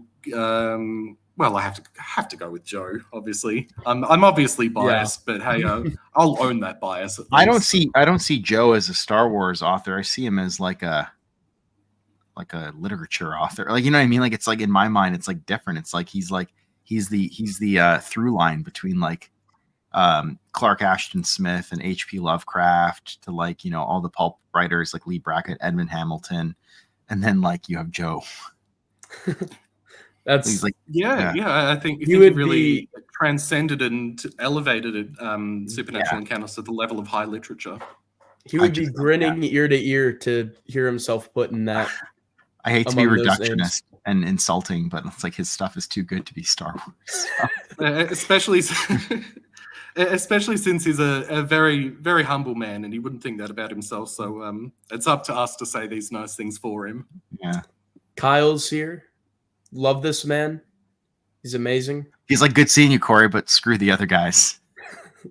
No, I'm just kidding. Kyle's the best. Yeah, AC. Maybe Christmas AC. Oh, she really. Man. If things had been different, oh man, I wish he could have written more Star Wars books. Absolutely. You will be getting your copies of Supernatural Encounters now, boosting the numbers, as we were just saying, cranking It's like those a up. telethon. We have to keep looking at the numbers. Order a set for your cat too. We've got to get the numbers up. They'll appreciate it. I'll be buying a set for my dog. Perfect stocking stuffers for the whole family. Have copies on hand so you can pass them out. Honestly, even without giving these things out as gifts, I think this is going to go straight to the top, just on its own. I hope the so. amount of curiosity that's out there. It's absolutely fantastic and humbling to see. Kyle's still listening. Oh man, never mind. Jem didn't speak English, so it would have been like writing Chewbacca. So maybe if Jem had married Luke, she would have been crushed by a moon. Well, I think there's a composer out there. It might be Hector Berlioz, who married a woman who spoke English, and he only spoke French, I believe. And they were married for a good 20 years or longer. And I don't think either of them ever learned each other's language. So I don't know. Maybe that's the secret to success is not knowing your spouse's language. You do a good language. marriage, communication or lack thereof. You can't get angry at each other if you know what each other's saying. Is it Berlioz? But out of curiosity, because obviously Chewbacca was biologically incapable of learning basic, or at least speaking basic. With the Yasana, I'm guessing that they would have that potential. They're descended from humans, so I guess that if they were together long enough, should learn the language. And if anything, you could get them an MTD to translate. That was the thing I always wondered. Did we have an explanation in the lore for why Chewbacca didn't get his own MTD? I mean, I guess he can talk to Han because Han understands him and 3PO can translate, but you'd think that with MTD for Lobaka, he would have seen that and it's quite convenient. He might want his own. Did we ever get an explanation for maybe he didn't like that, or he didn't want to be understood, or I can't remember. I'm sure there'd have to be something somewhere, but no, I can't recall off the top of my head. Yeah, you'd think for sure. I'm seeing a lot of Callista love in this chat. Is this a Matt Wilkins stream? There are aspects of Jem, Callista, and Mara that you're going to integrate into a original character in a rewrite. Very cool. As someone who just reread the Callista trilogy for the first time in 20 years last summer, I gotta say, she was insufferable in Darksaber. Just insufferable. I didn't mind her in Children of Jedi. She was a little creepy. Yeah. But in Darksaber, and she's barely in Planet Twilight. I don't even think she has any speaking parts in Planet Twilight. Maybe at the end. She's mentioned and then I think pops up right at the end, right? Hey, I'm here. Crowd. But in Darksaber, she is just, it's Luke, just leave her. Leave her. Clone Jem. There is a lot of Callista love here. You're going to be particularly interested in Jem Luke arcs when you get to those books, and it will be all thanks to Marcel. Only read Thrawn trilogy post Return of the Jedi. Well, you're in for a Jem treat with Dark Empire. If Mara Jade weren't paired with Luke and are still enemies, maybe Jem would be up for anything. Well, maybe Jem would have taken down Mara if she hadn't turned good. An epic duel between Mara and Jem, with a moon falling upon them. Would have been beautiful. Mara should have ended up with Lando. I really like Lando's wife. Tessa Rasant is her name. I think they have good chemistry in the later books. I think that's a bright spot. Tendra? Sure. You mean Tendra? What did I say? Did you say Tessa? I think I did. I think I said Tessa Rasant. Yeah, Tendra Rasant, right? Tendra Rasant. Yeah. I'm starting to brain leak names. But yeah, she I thought she was quite good. So it's hard for me to picture Lando with anyone else, but I might be in the minority. His wife hunting arc during the Corellian trilogy was deeply, deeply weird. So I'm glad that they actually managed to get some good characterization and interaction with them in later novels. That the chemistry there, because that love story has a weird origin. Wife hunting arc. Oh, that reminds me of a video deep in the recesses of YouTube in Matt Wilkins' past. If you don't know what it is, look up Matt Wilkins' Wife Hunter on YouTube sometime when you're in the confinement of your own home, and enjoy. You'll thank me later. Yeah, I'm going to have to check that out after this. Far away from prying eyes. Yeah, it's a classic. Callista is such a magical name. Can't argue with that. Mara with Luke, I don't care if that's a basic take. They're wonderful. I'm completely with you, Max. Completely with you on that. I love Mara Luke. But this Gem Luke thing is a little bit compelling. Oh dear. Get the tissues out. This is tragic. Wow. Han's lucky. He's got a family. I've been fighting the Empire half my life. I've had no time for ordinary friendships. And she's just like, I don't know. I don't even think she's speaking basic here. She's just like, blah, blah, blah, blah, blah. He's like, that's true. Actually, no, at this point, they know how to speak because they can talk to each other in the Force or whatever. Yeah, the connection. Their hearts bright with waves of unexpected happiness. The two Jedi become oblivious to everything around them. That's perfect. Look at that, Mara Jade. And Callista's not even a real Jedi. So this might be a little bit too steamy with the dialogue there. I'm surprised Barbara Hambly didn't write that with how that sounds. That's poetic, truly. You're kind of sad that Jem and Rafe died. I was more sad about Rafe than Jem. Don't kill me, Marcel, with a blast of Force lightning. But I quite like Rafe. The price for your lack of vision. EU is bonkers, but it is such charming bonkers. And Supernatural Encounters really leans into that as well. It takes all the bonkers and makes it even more beautiful bonkers. It's really fun and wacky. There's so much fun in there. Yeah, especially some of the material from the original run of Marvel Comics. Oh, yeah. Those are just absolutely fantastic. Some of my favorite arcs of all time are in there. From Green Rabbits to cyborgs to duels in space without spacesuits to a pantsless pirate. Crimson Jack is just amazing. The pantsless plunderer, the buccaneer without breeches. He just walks around with his legs hanging out there. I read a couple issues today, so because I'm rereading the Marvel comics. I'm on the arc where they're in the wheel. And it's Senator Greyshade. Yeah. And he wants Leia for himself. And I'm like, he's giving me off like Trioculus vibes. He just wants Leia to love him. He's like, Trioculus. Yeah, he's like, I may be a murderer, I may be a horrible person, but I still have a heart, Leia. Can we Silver Foxulus? Can we establish Silver Foxulus. Can we establish the phrase "you're giving Trioculus vibes"? It would just be perfect. Yeah. It's a perfect describer. It's like describing phrase for someone. When you're evil, but you still expect like this woman to love you. You're giving Trioculus vibes off. Okay. Oh yes. It's like you don't hope, you expect that she'll love you. Yeah. See, like that's the thing. Is like, we talk about tie-in material and like the EU can be reduced to that, but it really wasn't tie-in material. It really expanded the universe. And I'm going to use an example, like. All the anthology stories and stuff like that, like expanded the universe. Like even these source books that they put together with like, Essential Guide to Characters, Essential Guide to Vehicles and Vessels, all the West End game stuff expanded the universe. Whereas like, again, I'm not here to like knock on new canon, but like a lot of the stuff does feel very much like tie-in material, like they're saving the best for last kind of thing, and I think it suffers from that. Like there's no West End game style source books in Disney canon as far as I know.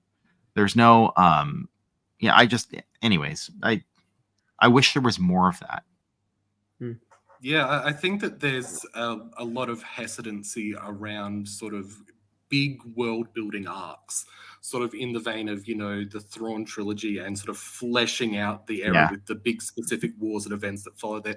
The DU, at least at the present stage, seems to be focused more upon character stories, where they focus on a particular character and they tell a story around that just kind of stands on its own. And there are some exceptions to that, and by and large, they're probably my favorite aspects of DU canon. But there's, they're not defining whole new eras within at least the literature space. Right. They seem to be deferring to Disney Plus and the movie side of things there, which is admittedly understandable.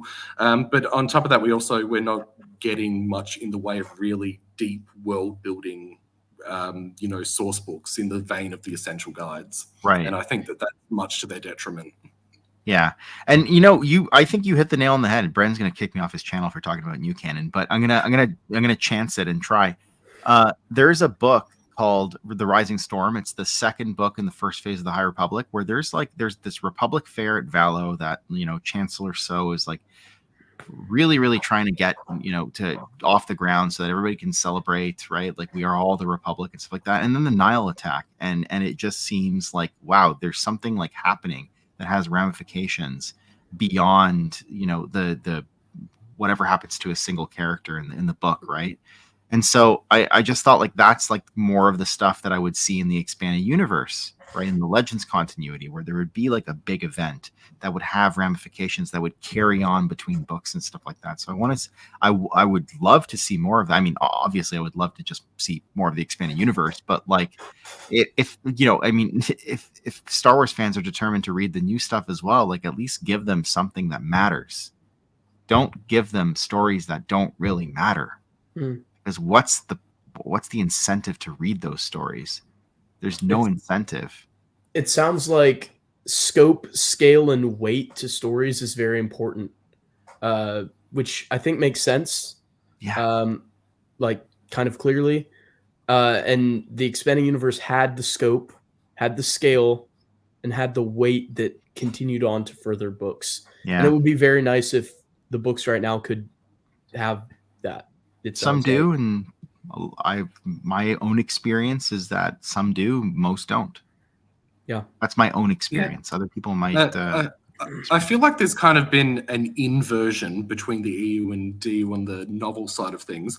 So in the EU, a novel like Kenobi that was very grounded and character driven was a sort of the exception rather than the rule, and that made it very refreshing and engaging.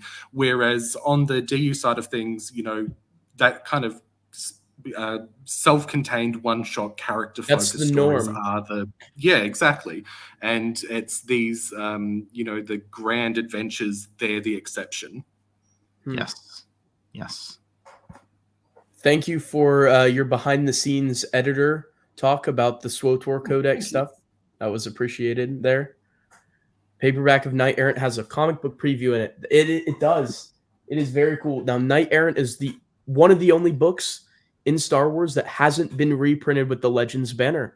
In fact, it's getting an Essential Legends Collection printing before it's getting a Legends banner release. I find that fascinating. And the copy over here, it does have 8 pages of the first issue of the comic book in it, and vice versa. The first issue of Knight Errant has, I think, 4 pages in the back of the first chapter of the Knight Errant novel. So Dark Horse and Del Rey were working closely to make sure it was understood that there was multiple pieces of media sort of in this era, which is quite cool. I would have killed to find out what Velia Calamondra was up to in Knight Errant, with the charge massacre and pitting her children against one another to see who's the heir. And it very much felt like she was actually the one who was in charge of things and pulling the strings and letting them think that, she was going to put one of them in charge, but really she was making sure that there was a stable balance of power between them that she was in control of. I would have killed to see where they were going with that.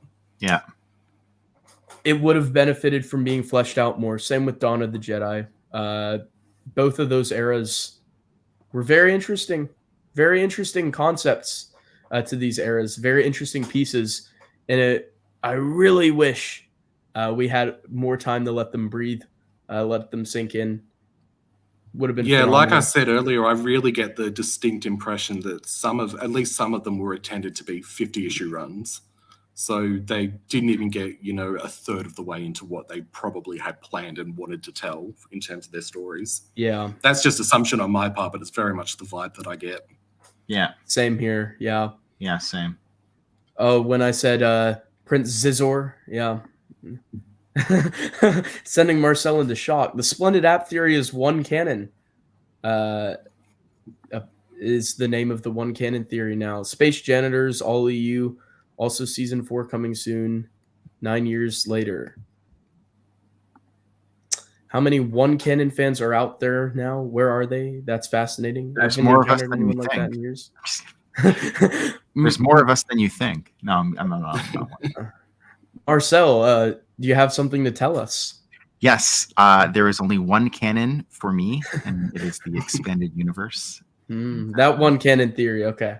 Everything else is a social experiment or a psyop. Okay. Yeah.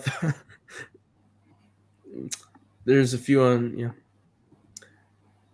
Where can I find the one canon people? Is there a group of them? Do they have a timeline like we do?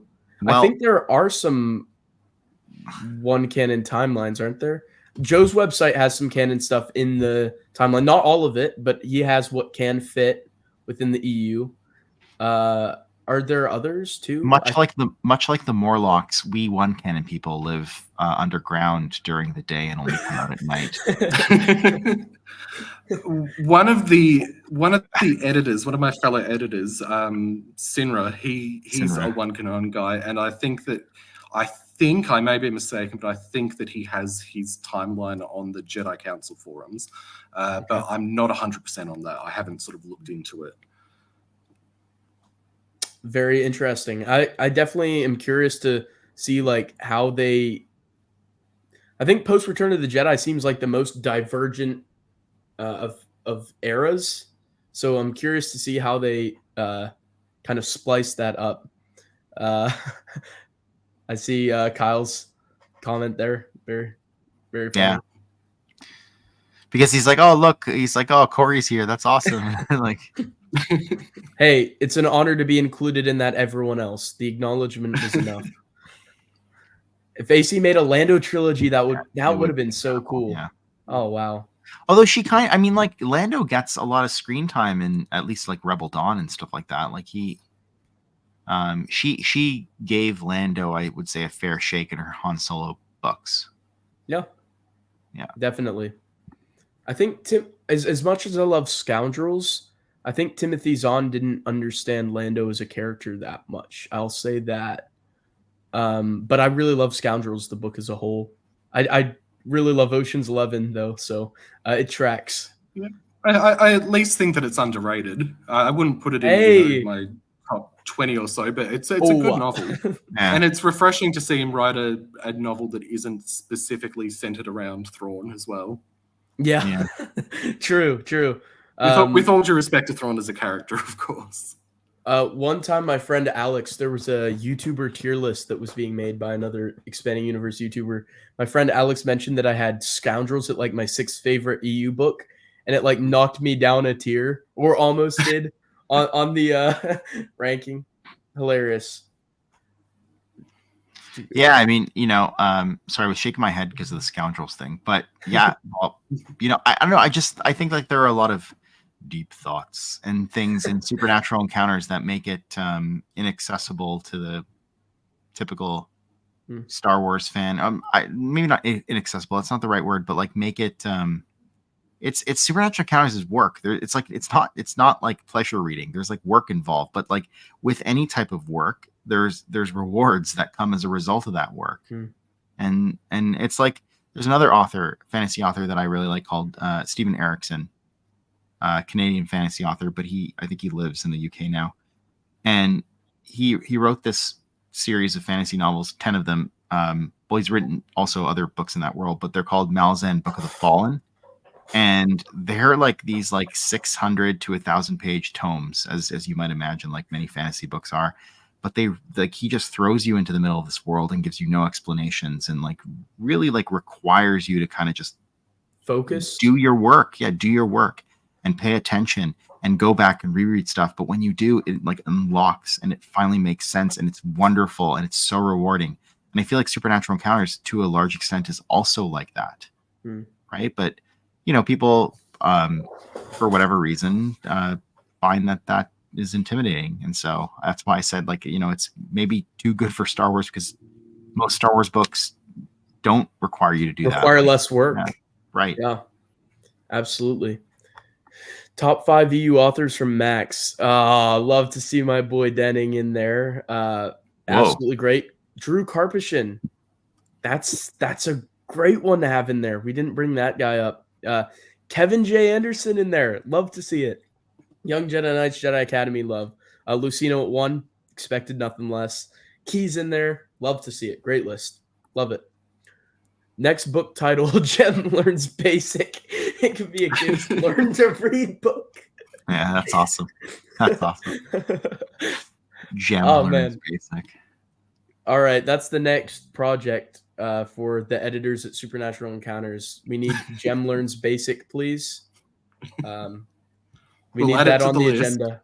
Please prioritize that over like Han Solo translations over there. We've got to get Jem Learns Basic out there first. Yeah. Well, we have a couple of other things in the works, so I don't know where we'll be able to fit it in, but we'll get to it. We'll get there. I appreciate it very much. Just to know that it's in the cards. Why Chewie didn't have a MTD was because they need a big character. Well, yeah, absolutely. Never got. Thank you, Kyle. Completely agree. I loved the idea of Chance. I wanted Jude Watson to write a Chance and Alana like team up kids adventure like style book series in like that post Crucible era, and there was nothing to suggest this, but I shipped Chance and Alana. No Calrissian was a member of the like Skywalker solo family like officially. I thought it would have been cool if like they'd grown up and fallen in love. Can I go on a mini tirade here for a second? Because Lando Calrissian is my favorite character in all of Star Wars, and I'm on board with Tendra. I think like great character, like kind of like a nothing character after NJO, but like great character nonetheless. But like Chance, what a dumb name for a child. Chance Calrissian. I don't care. I do not care. It's stupid. I don't like it. But would you have enjoyed seeing more about Chance?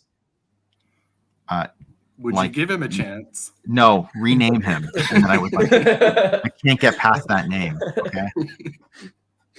Fair enough. Kybo Ren Calrissian is a better name than Crimson Jack Calrissian is preferable to Chance. Jack, yeah. Sergi X Aragontis Calrissian rolls off the tongue.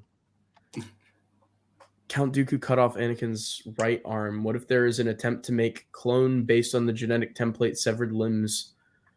So, what if there was an Anakin from the cloned arm? Would we call his clones mannequins? Just like have like a whole bunch of them. Strand casts. Here's another one. Throwing in Danny, the Zeltron.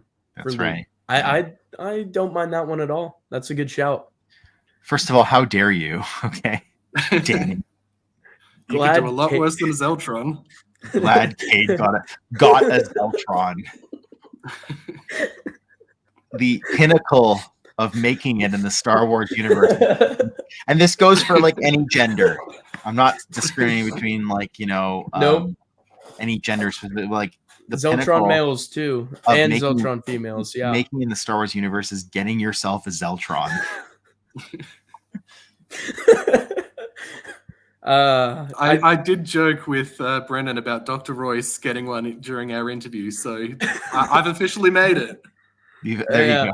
Dr. Royce got a Zeltron as well, but he's a scientist. He's a respectable man. He probably got a respectable Zeltron, a scholar. I'm actually, not to give too much away, I am working on something involving Royce at the moment, and I've gotten into the head of the character a little bit more.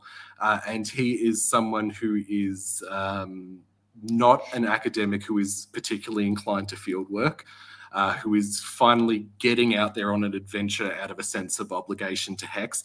And he is a paranoid, nervous wreck who drinks and smokes too much. So, sounds fascinating. Sounds fresh. yeah, so hopefully there's something there that resonates. Yeah, all those things except for the smoking part. But the paranoid, nervous wreck. Yeah, absolutely. Trioculus vibes, get it trending. Yeah. That's our next thing after we get Supernatural Encounters in the top 100. Get that trending on Twitter. We can do it, guys. General Grievous and TCW can match up with Legends. In Legends, General Grievous only has 4 comic run and appears in Labyrinth of Evil. The microseries is over the top. All the Jedi are like superheroes. Yeah, I think TCW can fit within the EU. It takes mental gymnastics, but I think it can be hammered in there. Nil Invasion does appear in Jedi Survivor in a flashback. I'm not aware of Jedi Survivors, but maybe someone who is can comment more on that. Dark greetings, Greyholme. Nice to see you, of course, with the Jedi Prince greeting. Oh, that's right. Yes, in the planet that you reach at the end of the game, you can discover, because Cal has psychometry, and you can learn that the planet was sort of lost because it housed an ancient Jedi outpost, but it was attacked by the Nil. Yeah, that's right. I remember that. Very interesting. Different times the EU existed to build the universes. There was not much else. Not the case. That's true. It existed as content to kind of be content when there was nothing else.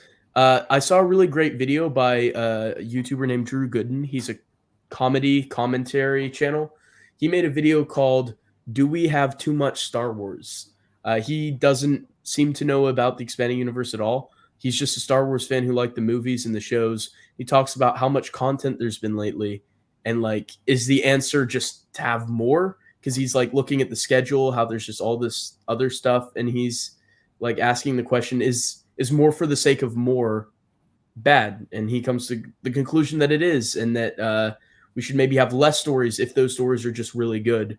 That's kind of the point of the video. It's a good watch. Yeah. I think this is a pretty endemic problem across all of streaming, because there's such fierce competition. They really just want to churn out content and exclusive content to keep people hooked on to a particular platform. And as a result, there's just not enough time to write it out properly, take some time to reflect upon it, engage in some editing, actually hammer out the details. Instead, they're just sort of rushing out the first draft or first version of the ideas that they have. And anyone who's ever written before, you'll pretty quickly discover that you can figure out a better way of doing things if you take some time to actually sit and reflect upon it and let it cook a little bit. So less is more in that regard, I think. Yeah, that absolutely. Definitely agreed. Self benefited from expanding the factions, planets, characters for its own world building. Definitely. Multimedia thing is something no other universe, not even Forgotten Realms, which was did on anywhere approaching the same scale. It's true. Yeah. Nothing had been done like it before or since. And I think other franchises tried. Star Trek sure tried, but they didn't do it the same way. Grievous and TCW.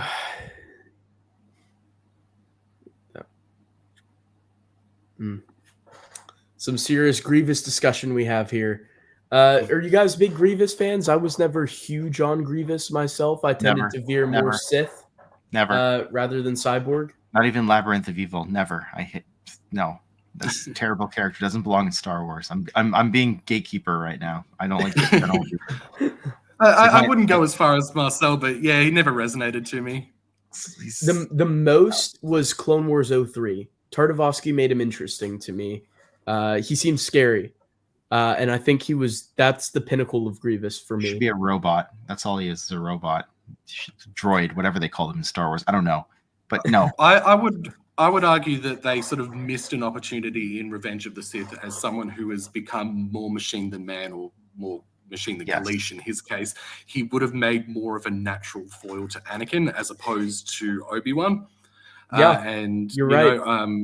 Dooku is Obi-Wan's, grand mentor. He trained his master. So they had a much more of a natural rapport and enmity, I think, that could have been played with. So their villain pairings were flipped around as far as I'm concerned. Marcel's one canon theory isn't a theory, it's just straight facts. It's like my one. Now it's like it's gonna be like a published article. You own this now. Insignificant man creates one canon theory. It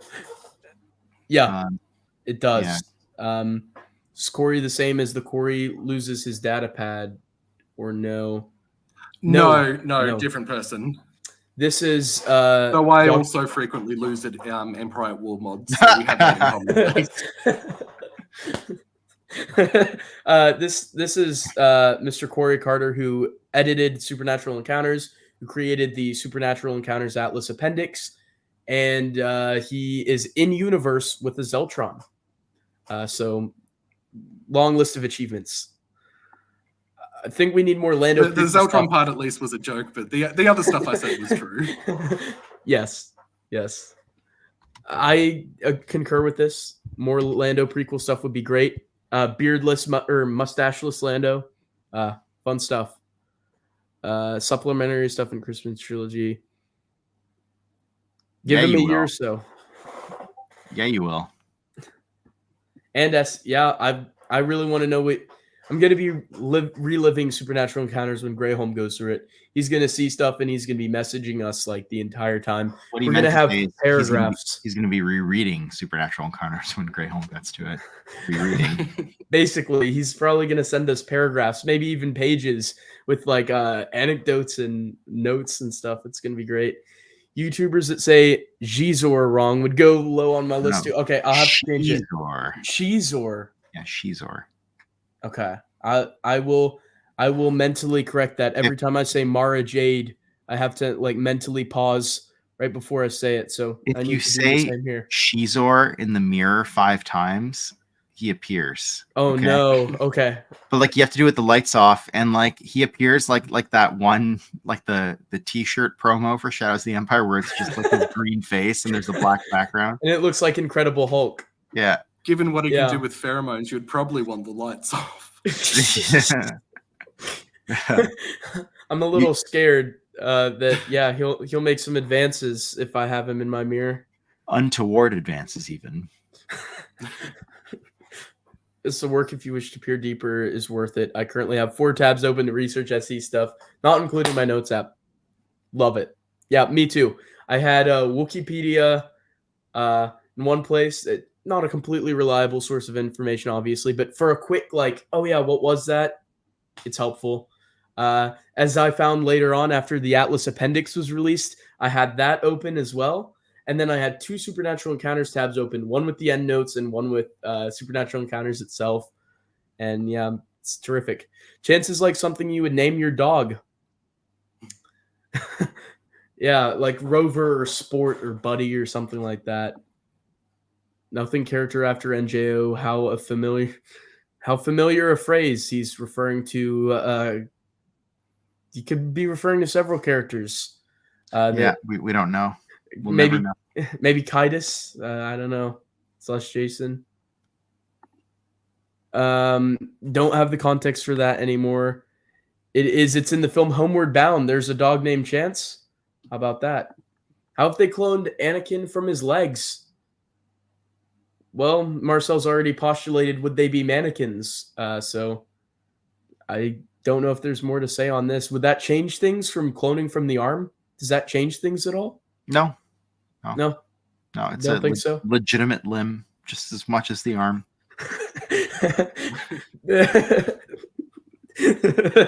I love that analysis. That's great.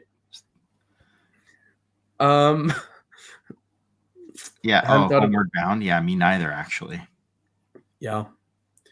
Talon is, yeah, that Yeah. Legacy Comics. Yeah. Issue like 17 or in the was the Claws Claws of of the the Dragon. Dragon. Yeah. Yeah. I guess it was referring to her claws, perhaps. Yeah. In this case, I know nothing about Fallout. I'm sorry. I'll let the other gentleman answer that. Corey. No, I have to defer to you on this one. Okay. I Yeah, I mean, I like the Fallout series. I'll probably check it out. I'm always skeptical about shows that are made into, or video games that are made into shows, but Last of Us seems to have been well received. I didn't watch it myself, but it seems to have been well received. So maybe the tide is turning. We'll see. Optimism, hopefully love it. hopefully that sets a trend rather than serves as an outlier. Yeah. Yeah. I feel like we had a little like mini return to form for things. Like I liked Picard season 3. I liked it quite a lot. That filled me with a little bit of hope. That felt like a love letter. It felt like it was still impeded a little bit by studio interference, like the unnecessary swearing in the show, the fact that there's no lights on Starship bridges anymore, like they're gonna trip and break their ankles in the darkness that it's mandated for some reason on these shows. But it felt as close to original Star Trek as we could get nowadays. Yeah. So I just hope more stuff like that will come out. Not home, but seriously looking forward to an old style stream. Yeah, it's been a while since we've streamed here, and I was thrilled that Corey was going to join me for it. And Marcel and Alex, if you get home, maybe you can hop on for the end. We've gone longer than we'd probably planned, but just trying to catch up with these comments, and then we'll probably be wrapping up. But thank you. It'll be great to catch you, Alex, if you can make it. Absolutely. Not a Grievous fan, too comical. Yeah. Quickly. They really did him dirty. Yeah. TCW. Yeah, he was a very kiddie show in TCW for sure. Liked him in Clone Wars 03 and Labyrinth of Evil. See, I wasn't big on him in Labyrinth of Evil, but I liked him in Clone Wars 03.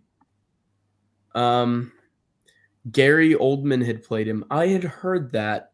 Would that have changed anything for you guys? Was that Gary Oldman was meant to play Grievous? Yeah. Wow, I never knew that. I'd heard that somewhere. Did I hear that from Greyholme or did I hear that from YouTube? I don't know, but yeah, I'd heard that. I pondered it for a minute and then thought, nah. But what do you guys think? Probably wouldn't change. Yeah, I mean, yeah, Gary Oldman's an insanely talented actor. Don't get me wrong, but I don't think there was much to the part in the film that he could have brought to life further.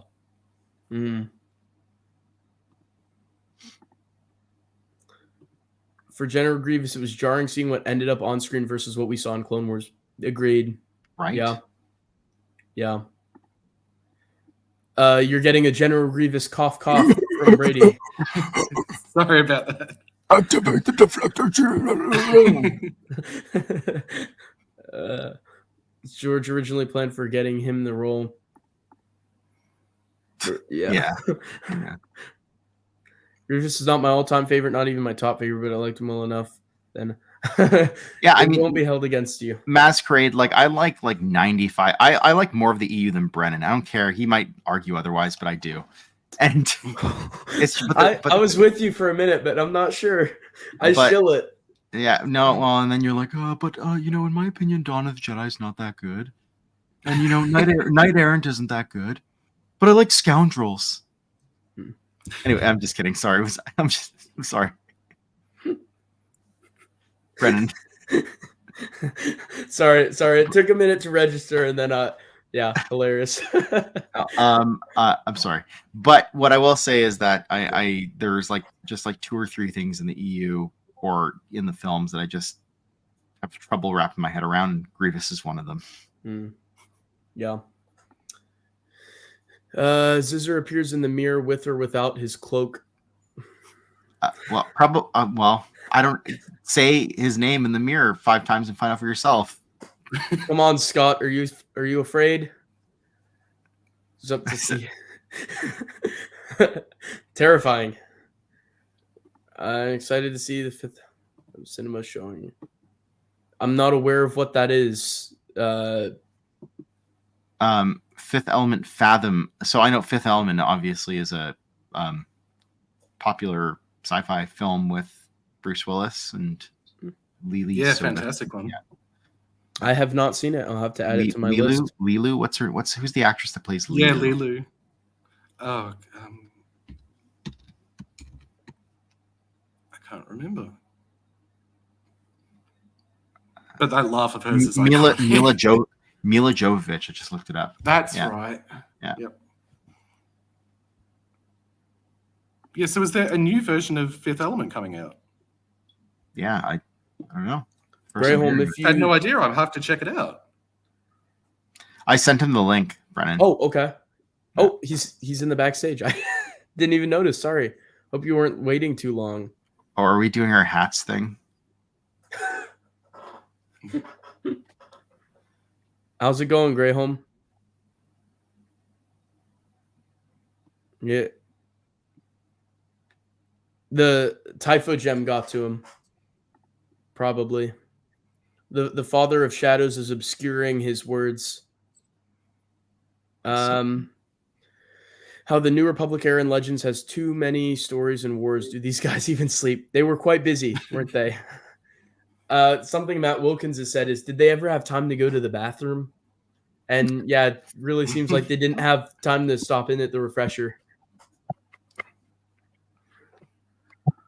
Hang on, can you hear me now? Yes. There we Okay, are. Welcome great. to the stream. Thanks. As for your question, I'm not dead yet, which is good. Always a good sign. So I did wind up falling sick last week, or well, it started last week, but it's still around, which is irritating. Bit of Sorry a about cough, that. affected my voice. I was supervising my juniors at a debate competition, and I think the other school was very annoyed with us. We managed to find this rant somewhere that we managed to get through a bunch of different people who know the other team. It was kind of funny because we really riled them up. But then we all fell sick within the next few days. Maybe we got cursed or something. They got Yeah. the revenge. They probably did a chant and summoned Shizor in the mirror and had him smite you. Cheesel pheromones making me sick. That's a new one. Yeah, That or the perhaps. cursed and arcane words that Marcel has been pronouncing on Superlit. One of the two. Rockfrum. I have enough trouble with them now. Like, there's some names in there that I haven't even tried to pronounce yet. So Yeah, props to Marcel even as for an always editor, giving it there were a go. bunch of words that I've only ever read but not actually said out loud. Actually said. For the obvious reason that it will summon a demon into my room. That's right. But it's been surreal listening to Marcel pronounce them in Superlit and his pronunciation improving with each episode until he's now just seems perfectly fluent in ancient Sith. He's super fluent in supernatural encounters Z's. I wanted to give like the Boba Fett laugh in episode 2 when you said that, Corey. It would be like,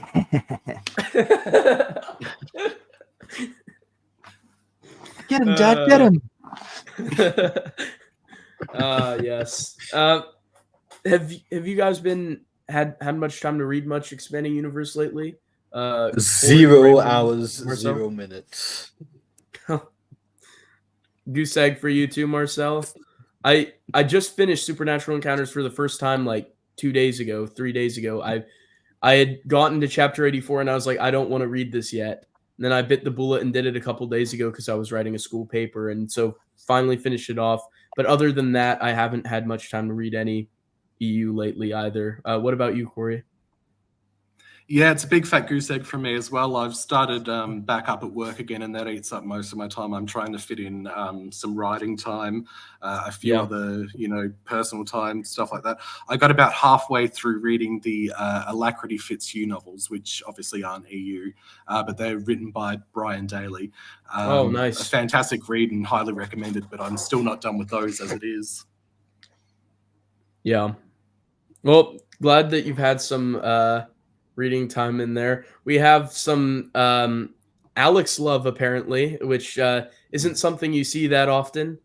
No, love to see it. We love Alex. We love Alex. Greyholme should be vetted. He's amazing. We want Barabbas. I saw that. I feel like, what is this, Easter? Well, a few months. Yeah, it's coming to that time of the year again pretty soon. So that should be good. But I really appreciate all of you guys for taking the time to come on the stream. We're probably going to wrap up here, so sorry that you joined right before we were going to end it, Greyholme. Oh, well. But I'm sure we'll talk for a little while backstage. But thank you so much, Corey, for taking 2 hours out of your day to come and chat Star Wars with us. Thank you to you as well, Marcel. I know you're staying up extra late for this. So thank you for sticking with us. And thanks for joining at the end, Greyholme. And thanks to all the people who have been watching this whole time. It's always great interacting with the chat. It's a lot of fun. And I just love doing these. Every time I'm on a stream, super lit, someone else's stream, my own stream, it always amazes me each time how much I love just interacting kind of live with other Expanding Universe fans. It's just such a blast. So appreciate all of you guys for either watching or coming on the stream. Yeah. Thank you so much for having me. Thanks for having us. Yeah. Absolutely. Chapa. Always wanted to do that. Oh, that's perfect. I see goodbye comments from the chat. We'll see you guys later. And as Corey said, Chapa Chawa. Absolutely.